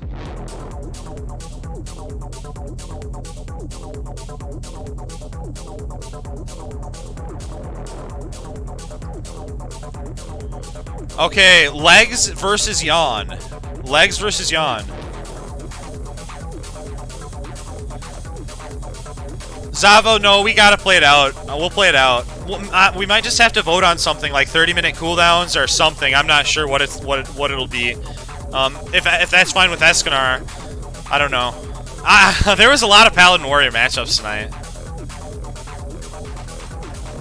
Raven says it won't play out the same. I say we try it out and see if it won't play. Well, let's play it out, and because I don't think it's necessarily going to play out the same either, because there's different spec of Paladin too. Ivarsson, oh yeah, you missed some drama. It was the duel just wouldn't end. Legs coming through. Legs, are you live as well? But another content creator, another warrior. Check him out. If you want to learn something about Warrior. And the dual flag comes down. This is going to be Yawn versus Legs here. Nope, not today. Alright, another day. I look forward to the day you do. I always tell my contestants, never be shy about that. Always let me know if you're streaming.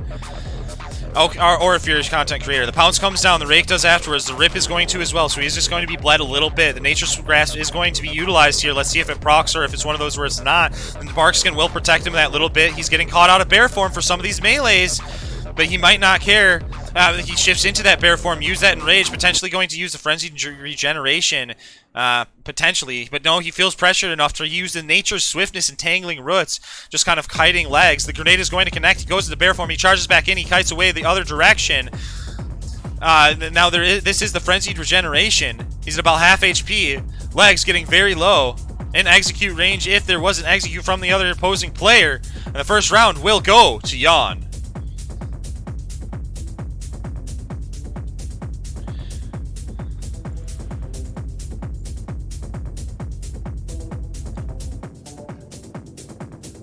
What spec is the Druid? If our Druid friend is listening right now, if you tell us our spec, that would, or if you'd share with us your secrets, what your spec looks like, we'd love to hear from you. If not now, after the tournament sometime. These are best of fives, correct, Raven? These are best of fives. Oh my gosh, the Paladin Warrior matchup is going to be... Yeah, honestly, I feel like Paladin can use his cooldown. From what we saw, we'll let the Paladin, or sorry, the Warrior use his cooldown, and hopefully that encourages faster duels as well. For the Paladin Warrior matchup, it should be more interesting. I think it's this time to make that call, especially if it's a best of 5.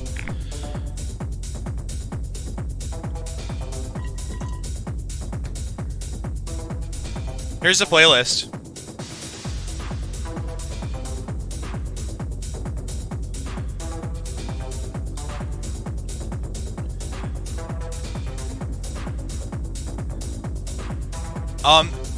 For those wondering how to join the tournament, this is a bracket we formed a couple hours ago at this point, but it's always open to the public, and I, as of late, have been doing probably 5 to 6 of these a week.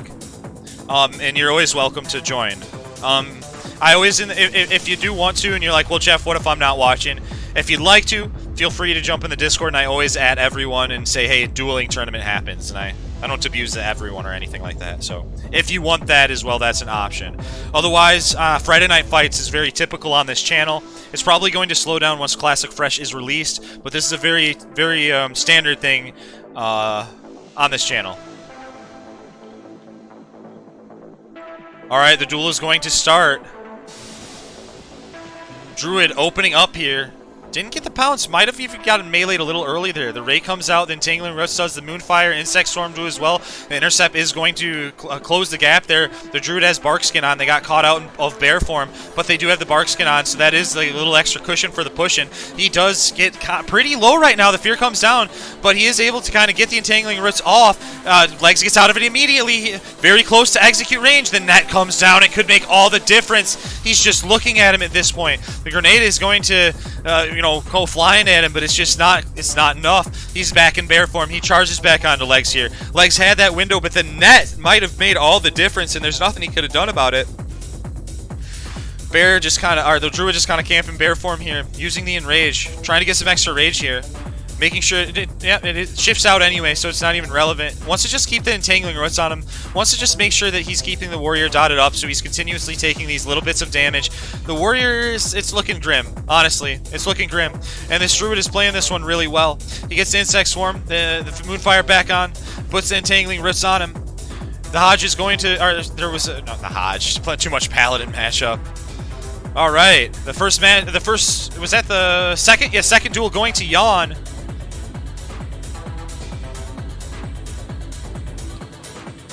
Welcome one, welcome all to the OG Jeffrey broadcast, early mornings with. There's only one place in all of Azeroth you're going to hear this type of commentary, see this caliber of gameplay, and listen to this smooth of music. So if you like what you're seeing, consider dropping a follow. The content is only getting better from here, folks. So sit back, relax, get your cup of joe, and enjoy the show.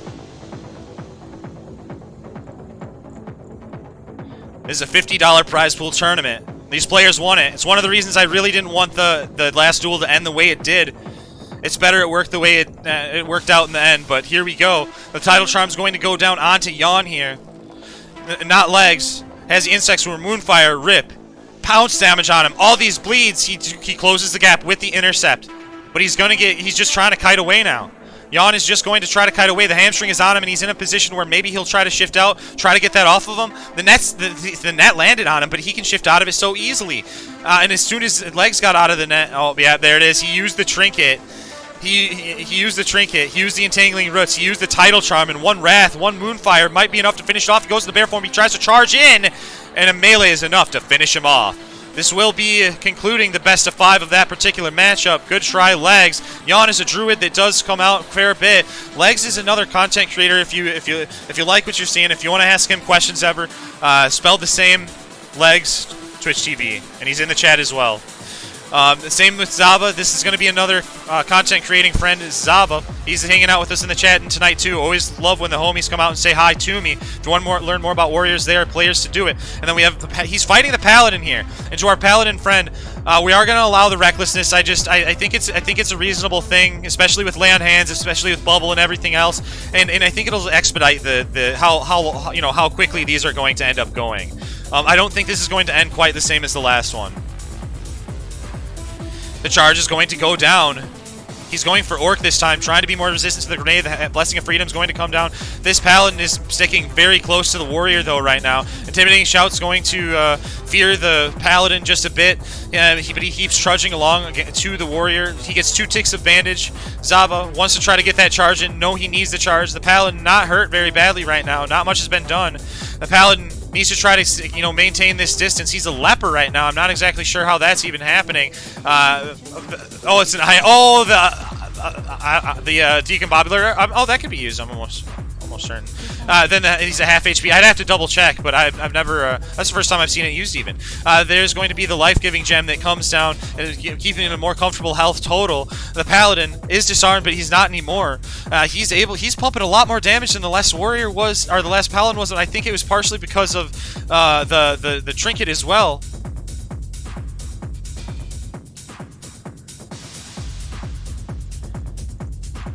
He charges back in. The Hodge is going to come down.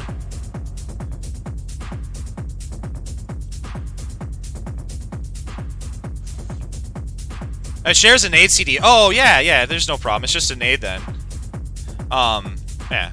It's like a sapper or something. Alright, he's going to charge back in potentially here.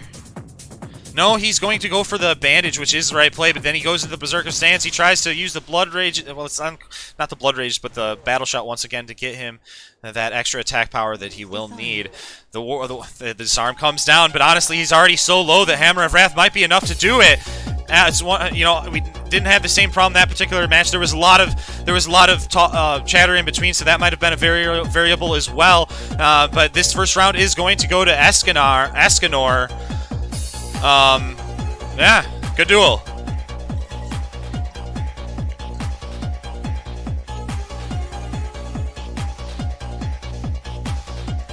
Dude, tonight's been intense. It's been a night where I've really had to question my own rules more than ever.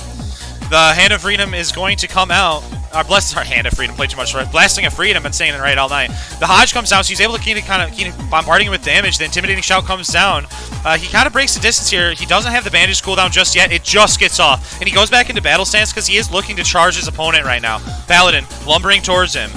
He gets the charge off, just trying to build up that rage before he does pop that cooldown.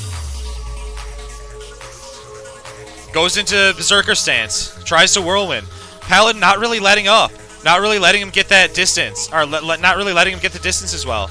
Now he is at that as soon as I said it, because he did want to, he doesn't want to trade melee for melee when he's disarmed like that. So you saw the Paladin doing the kiting that time. Now here's the grenade coming down from the Warrior.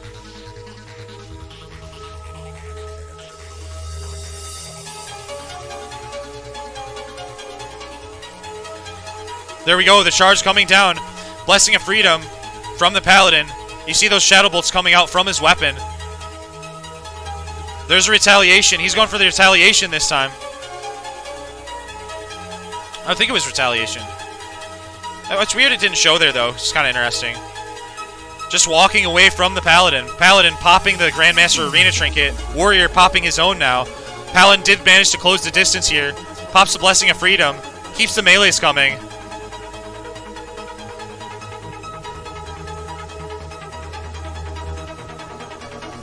Oh my goodness, the Warrior's in a rough spot if he can't ditch the Paladin. Paladin still has the bubble. Paladin is going to get disarmed right now.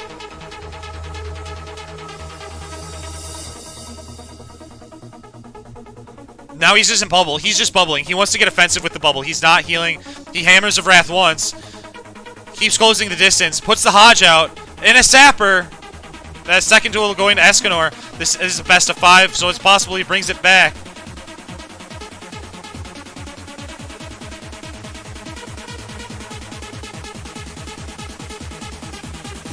You know, there's the different spec variants, too, that might be going into, or might be variables in the differences in tools that we've been seeing, because we've seen a couple Paladins tonight, and the Warrior-Paladin matchup looked a little different with the two-handed spec.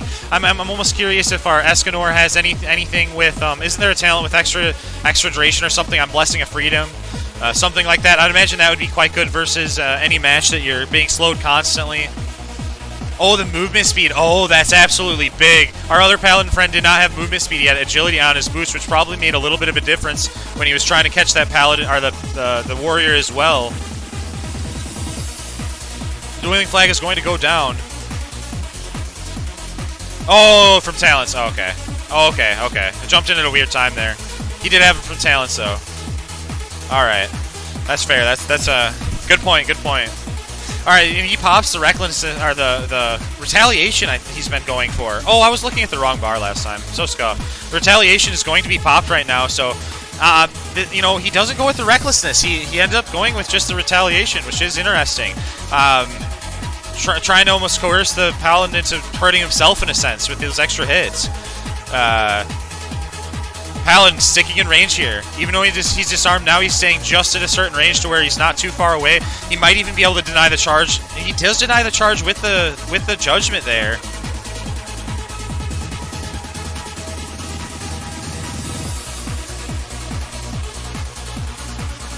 Blessing of Freedom. Just kind of sticking on the Warrior's butt. He has the Gift of Life. He has the Gift of Life there. Paladin getting pretty low, but he still has his cooldowns left. He gets out of the fear immediately with the trinket. Bubbles not only defensively but offensively too. It's just the best defense, good offense. This case is no exception. He realizes he just didn't have enough damage to get him in Hammer of Wrath range. He is going to heal himself up a couple of times there. The Warrior is going to bandage himself up, but it is going to get interrupted by the grenade. The Paladins close the distance again. He's getting those melees down. The grenade is going to stop him. He still has the Blessing of Freedom, but he also has the Rocket Boots as well. The Hammer of Justice is going to get resisted. The Rocket Boots backfire. That's exactly what the Warrior needed to have happen. The Hammer of Wrath comes down. Warrior charges back in. And the Paladin finishes it off. It's a 3-0. Or sorry, yeah, 3-0. Good duel, Zabba. Thanks for stopping by. Once again, if you want to check out Zabba's channel, another fellow content creator, and a good warrior. All right. What's the losers bracket then here?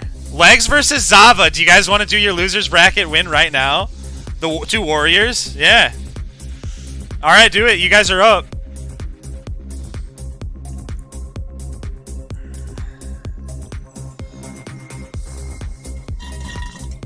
Let's see it. I think I got 2 water bottles next to me. Okay.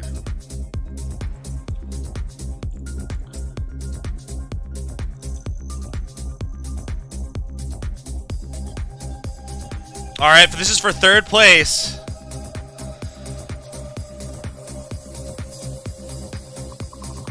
For the big $10.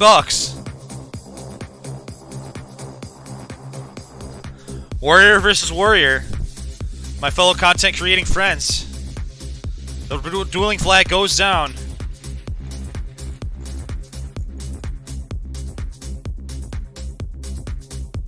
It's always fun to see the homies fight. Alright, they trade the charges. Oh goodness, Zabba is going to get the intercept off though. Very close right now. Just going blow for blow. Zabba does use that Berserker's Rage, getting that extra rage.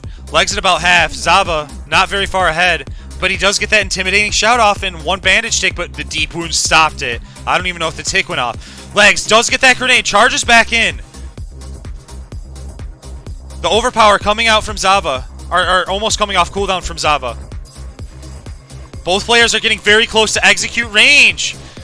And the winner is Zabba of the first match. It could have been either player. They were both in execute range. The second dueling flag comes down. This is a best of 5.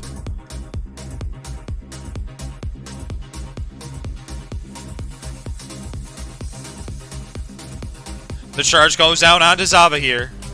It's going to be a reduel. The dueling flag going down.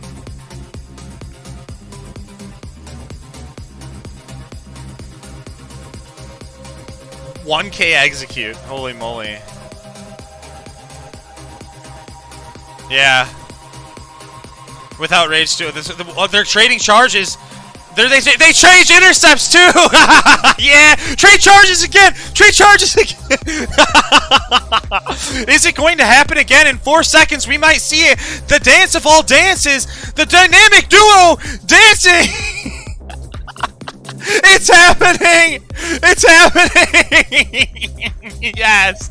Are they going to try to charge again? They want that advantage. They want that rage. The charge... Actually, no, they intercept. He intercepted. Legs is going to go for the intercept this time. There is going to be a shrink ray used onto Legs as well, so he is not only going to be a little bit smaller...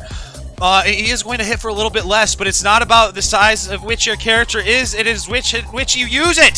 So this duel is going to continue. Legs is at about half HP. He has the Mortal Strike on him. Not that he's necessarily going to have any heals, so that's a-okay. The Deep Wounds is ticking away. The hamstring is on him. He is getting kited right now. Zabba is choosing when he utilizes these melees. The fear is going to come out, but instantly the Berserker's Rage is going to get him out of it. Trying for a couple of ticks of the bandage, and he is able to get it. Back in he goes with the intercept onto Legs here. And they're just trading blow for blow. It's an Orc Fiesta. Is Legs going to win it this time? He has the life-giving gem. Zabba is close to execute range, and Legs brings it back and ties it up 1-1. The warrior mating ritual.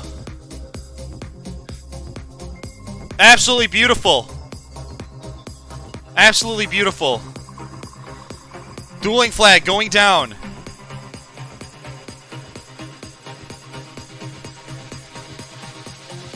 The charge onto legs this time, actually. Oh, bandage. Oh, that makes sense. They didn't. Their cooldowns didn't reset proper.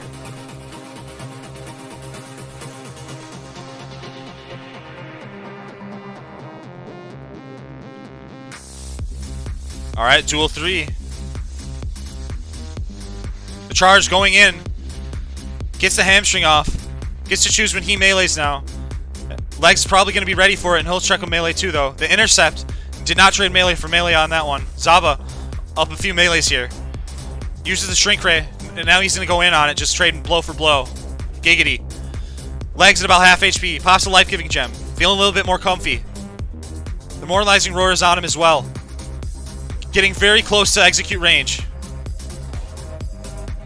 Zabba pops in the life-giving gem as well. But this is going to be a clean one from Zabba. Making it 2-1. His lead.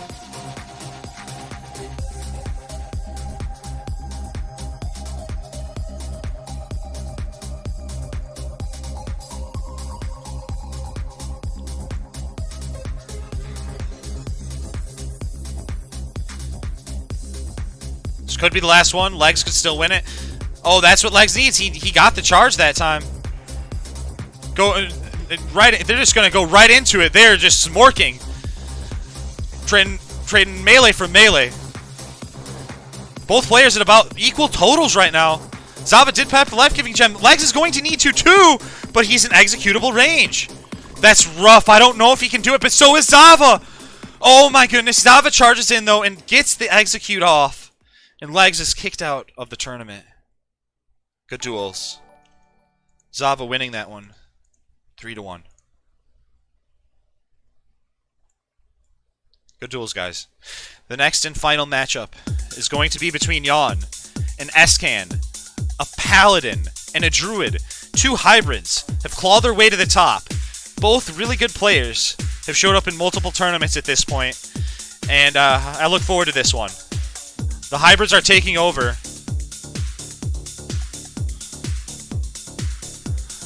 It's time for the undisputed Henhouse Heavyweight Champion of the World! This is the finals of the OG Jazzy Jeffrey Friday Night Fights Tournament. It was night when I started. Let's go, baby. The dueling flag is going to go down here. Utilizing the servant that popped the Nature's Grasp. Oh, that was weird. That was kind of strange. They're going to kill that and restart.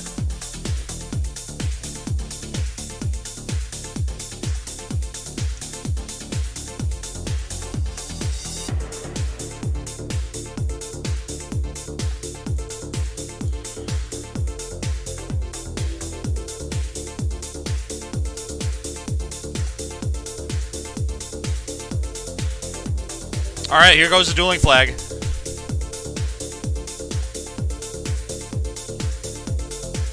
Good luck, both players. They're opening up with the pounce. The rake is going to go down afterwards.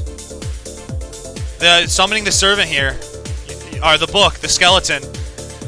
The entangling roots is going to get Hand of Freedom. Or just he's not even using Blessing of Freedom yet. He's just going to dispel that for now.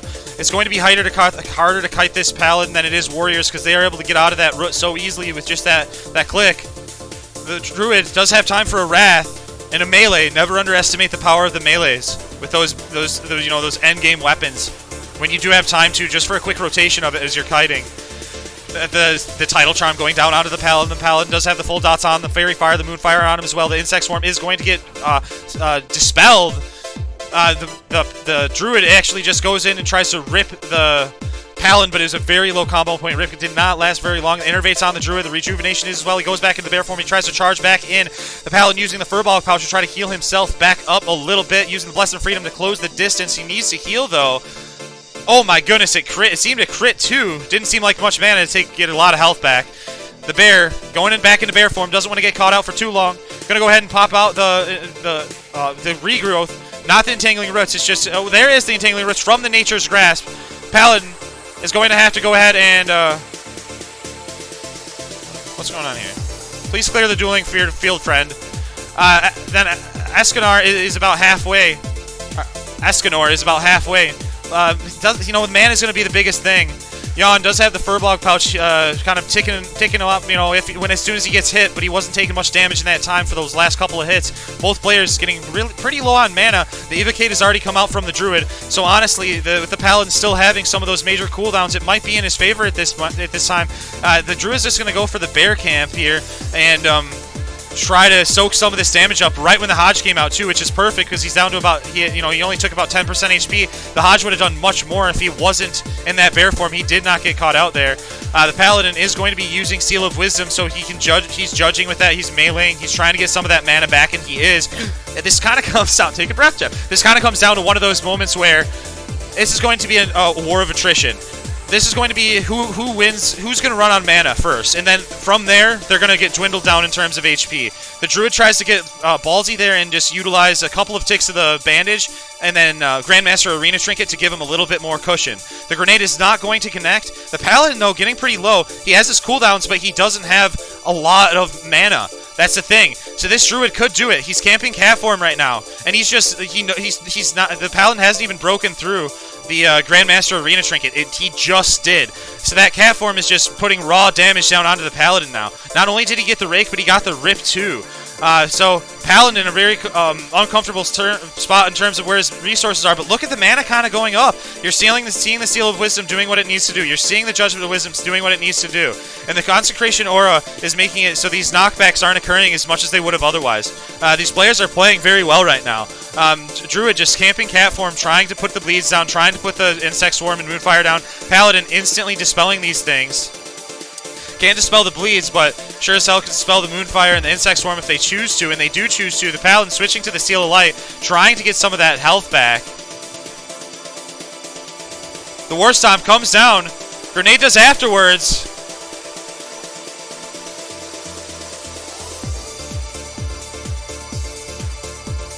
Insect Swarm, Moonfire on them again. The Druid has no mana either. The Paladin, very low on mana. This is the first time I've seen a Druid and Paladin matchup in a long time. I know I've seen it, but you don't always see hybrids. And then they're both good players. The Hodge going down onto Yawn.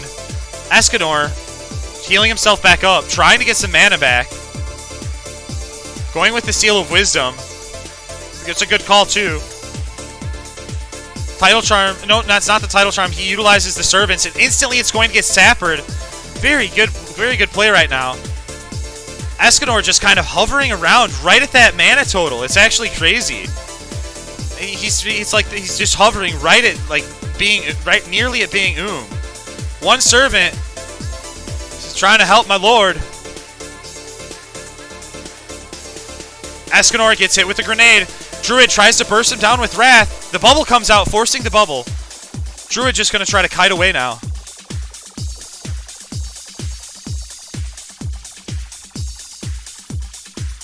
Bubble down.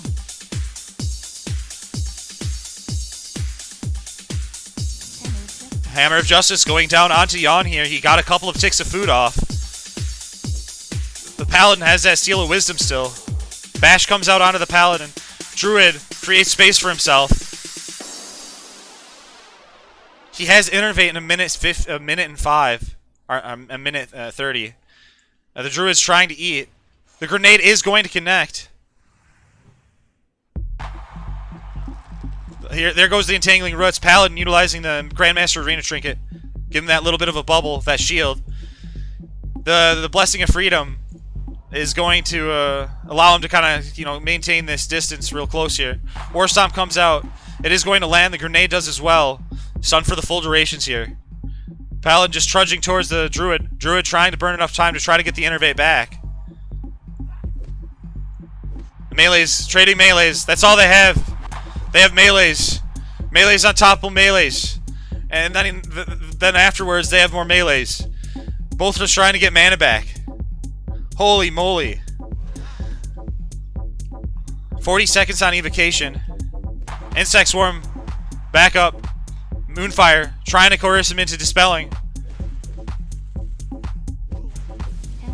Hammer of Justice coming down. Hammer of Wrath afterwards. And that's number 2 for Escanor. It's a good duel. That's hard, you know? It comes down to those resources and cooldowns, and Innervate was coming back up, and even then, what? You know, it seemed like an uphill battle. Alright, this could be the final. 2 for Escanor here, if I'm not mistaken.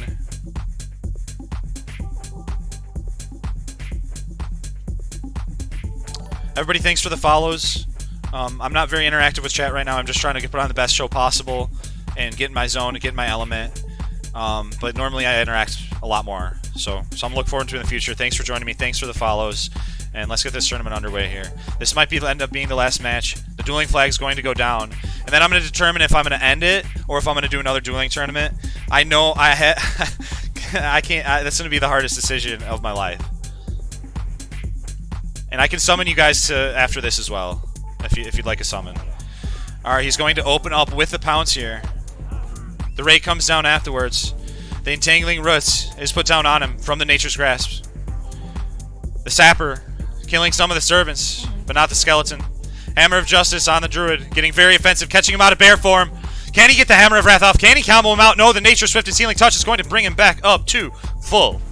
Gets the War Stomp off, puts the Moonfire down, trying to get him to bubble. But the Paladin has patience. He uses the Grandmaster Arena Trinket, and he knows he's potentially going to be able to heal himself back up. There is the bash. Has to bubble. Druid playing this one very well. Rejuvenation comes down. Paladin going to try to heal himself back up. They are successful at that. Druid going back to the cat form. Just dumping the energy out onto him. Gonna heal himself back up with the rejuvenation ticks. Gets those dots back out onto the Paladin, instantly dispelling himself. Is he going to try to go for the Nature's Grasp? No, he goes for the regrowth, rejuve, innervate. Paladin has Furbog Pouch.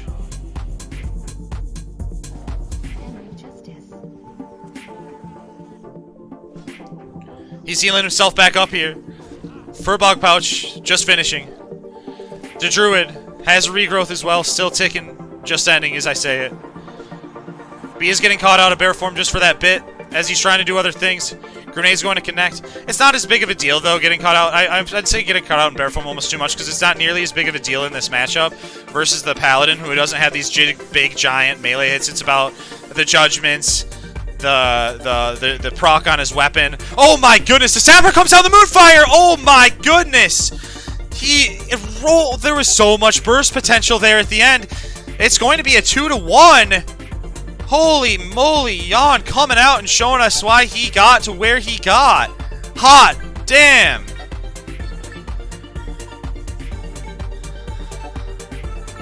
You're making some fans in the audience tonight, Jan. Excellent burst. Well played.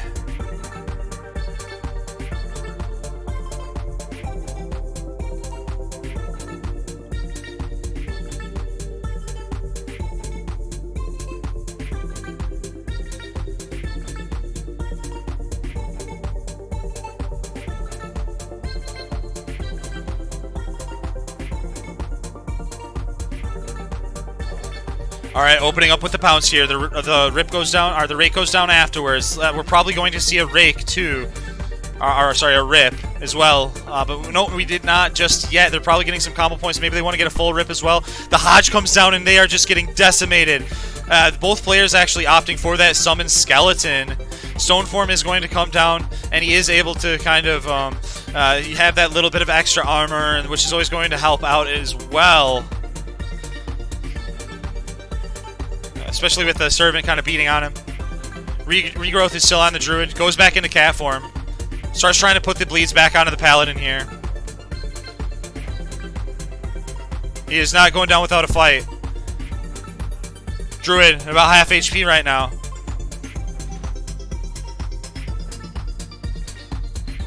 The Druid's sitting about 1/3 HP. They put the regrowth on themselves. They use the Entangling Roots as well. Nature Swiftness Healing Touch puts them in a much more comfortable health total. The Entangling Root, the Nature Swiftness will proc on the Paladin. It could have procced on the Servant, so you do like to see that. They charge back in the Paladin at about 50% HP, 40% HP. Sapper goes down. Moonfire does afterwards. The servants are killed immediately with the Sapper, and the damage is really useful at putting the Paladin in a position where they're, you know, inclined to pop that bubble.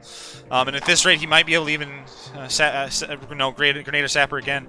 Now he does get the charge off with the bear form, camping bear form, trading Paladin. Oh, see, he was kind of anticipating the Hodge, I would imagine here, and he knew that was coming, so he's gotten bear form, so he was able to soak a little bit more of that damage. Paladin playing, you know, just kind of running in slowly. The Jason figure, putting down the melees, putting down the judgments. You know, just kind of rinse and repeat, appropriately dispelling, and he's been on point with his dispels. There's the Furball pouch. Both players are utilizing him, almost reminding one another that they need to be using that. He does actually dispel himself there of the dot too, it seemed. I think it was a dot that was on him. He's actually opting for the Sale of Righteous. He doesn't feel so pressured with the mana as to feel obligated to necessarily go to Seal of Wisdom just yet. The Title Charm going down onto the Paladin. The full Wrath Moonfire is going to come down. The Sapper is afterwards. He wants to pressure him. He wants to pressure him into a situation where he has to bubble. And or the bubble, that might, I think the bubble was from last duel, but I could be wrong there. My CD frames doesn't always reset. Yeah, it was. There's the bubble right there. I didn't think he had done it just yet. My boy Boris Bredshaw is going to give us some music here to sing us the last part of this tournament. The heals are coming out from the Paladin. He's going to bubble himself back up. The Druid is feeling pretty good right now. He doesn't have internet for another 4 minutes, so that is going to be a while till he's able to utilize that cooldown. Paladin, half HP, going to the Seal of Wisdom, judging with he wants that judgment, he wants that seal, he wants to be able to get that mana back, and it seems when he does it, he hovers around that melee, or around that mana, and then this is the point where he starts chipping away at the Druid, who doesn't have their Innervate anymore, and you know, he's going for the melees, and I think that's a really good idea. The melees are, it's a good way to, for where, and it's not even melees, it's cat form melees, so it makes even more sense. But that being said, you still see a lot of good value out of melees from time to time when a player is just weaving those in and out, not even just when you're but when you find an opportunity where your opponent is passing by. The grenade is going to come back, or could come out, stunned for just a second. The Paladin's going to get out of it. Entangling Roots, Nature's Grasp will hold him in place, but not for long. Paladin has been on top of their dispels. The grenade's going to connect. Just Insect Swarm, keeping it simple, and then going right back into cat form, considering the Insect Swarm probably for the mischance over the Moonfire. Every little bit helps. You never know when it's going to add up. Back into kitty form here. The bubble has been used. Druid just kind of kiting away. This is a point where, honestly, they might need to even try to, and they've got to do everything they can do. Maybe they end up just trying to live as long as they can until they have the Innervate again. This is one of those duels that's so it's back and forthy. It's hard to say who really has the advantage right now. I would say that maybe the Paladin, but anything could happen. Though the Druid using the Grandmaster Arena Trinket here, bubbling himself with that extra shield. Bandaging, there we go though. That's we needed to see that, but the grenade is going to interrupt that.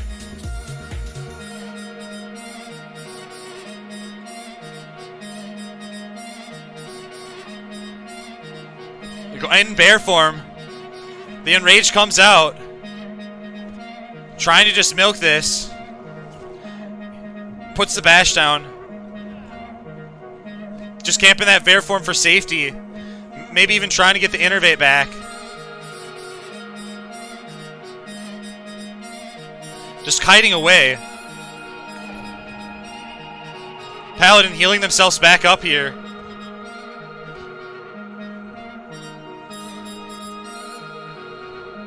Dispels what's on him. The Druid just trying to get some mana back, camping bear form. They're about a minute and a half. There's that little bit of mana they got. They got the regrowth. But they are at 8% still. There's the Nature's Grasp. Instantly dispelled as well. Making the Paladin use his mana for dispels. It's looking rough though.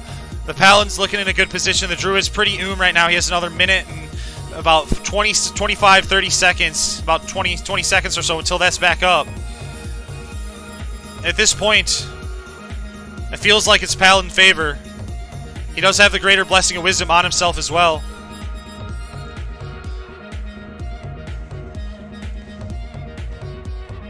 Druid utilizing that cooldown. His Trinket. Moonfiring. Going for a bandage proc or tick or two. He got one or two at least. Just burning more time. Needs 40 seconds until Innervate. 1 minute until Bubble, though. Oh, my goodness. Oh, my goodness. Now he's going to stop the Druid, though. Oh, but then he gets his drink on. That's what I like to see. That was nice. That was nice. I was scared they were just going to drink up to full and have a gentleman's game of duel. The Nature's Swiftness, or the Nature's Grasp is going to proc one more time, but instantly he's going to get dispelled. Escanor will take home the 25 bucks. Yon will take home 15. Zabba will take home 10. And he was already taking home 5, so he's going to end up taking home 10. Okay. Oh, it's best of 5. Wasn't that 3? Oh, or was that 2? Was it 2? Oh, 2-1. Oh, okay. I thought it was 2-1 already. Alright, I debated. I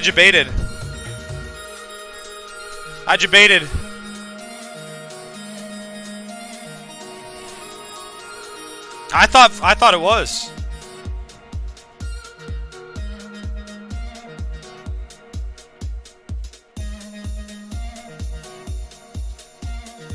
Huh. Alright, here's the dueling flag.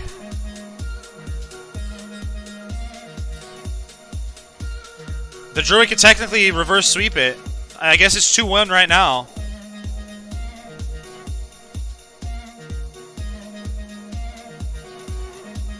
Oh, Jan's just going to go ham this one.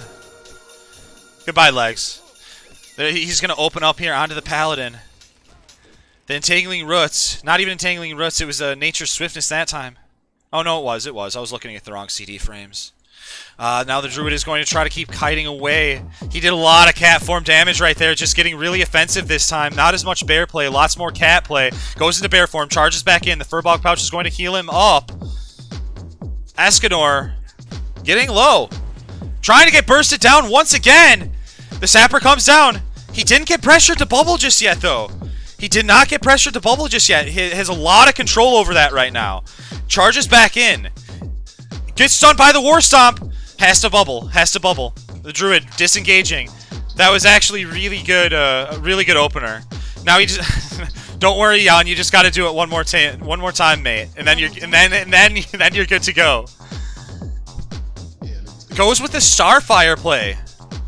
Straight up, you're seeing a lot of just flat casts. He's having those moments where he's far enough away where he's able to get those fat casts off. Charging back in, camping bear form. He's already used Innervate. The Paladin still has 60-70% health, half mana. Still using Seal of the Righteous, trying to get as offensive as possible. The Moonfire comes down, instantly going to get dispelled.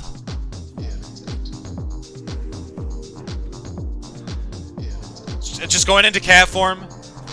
About half HP. Getting low on mana, though. That's the biggest thing. The grenade is going to come out. The Hodge goes down onto the Druid. The Sapper. And the Paladin takes the win.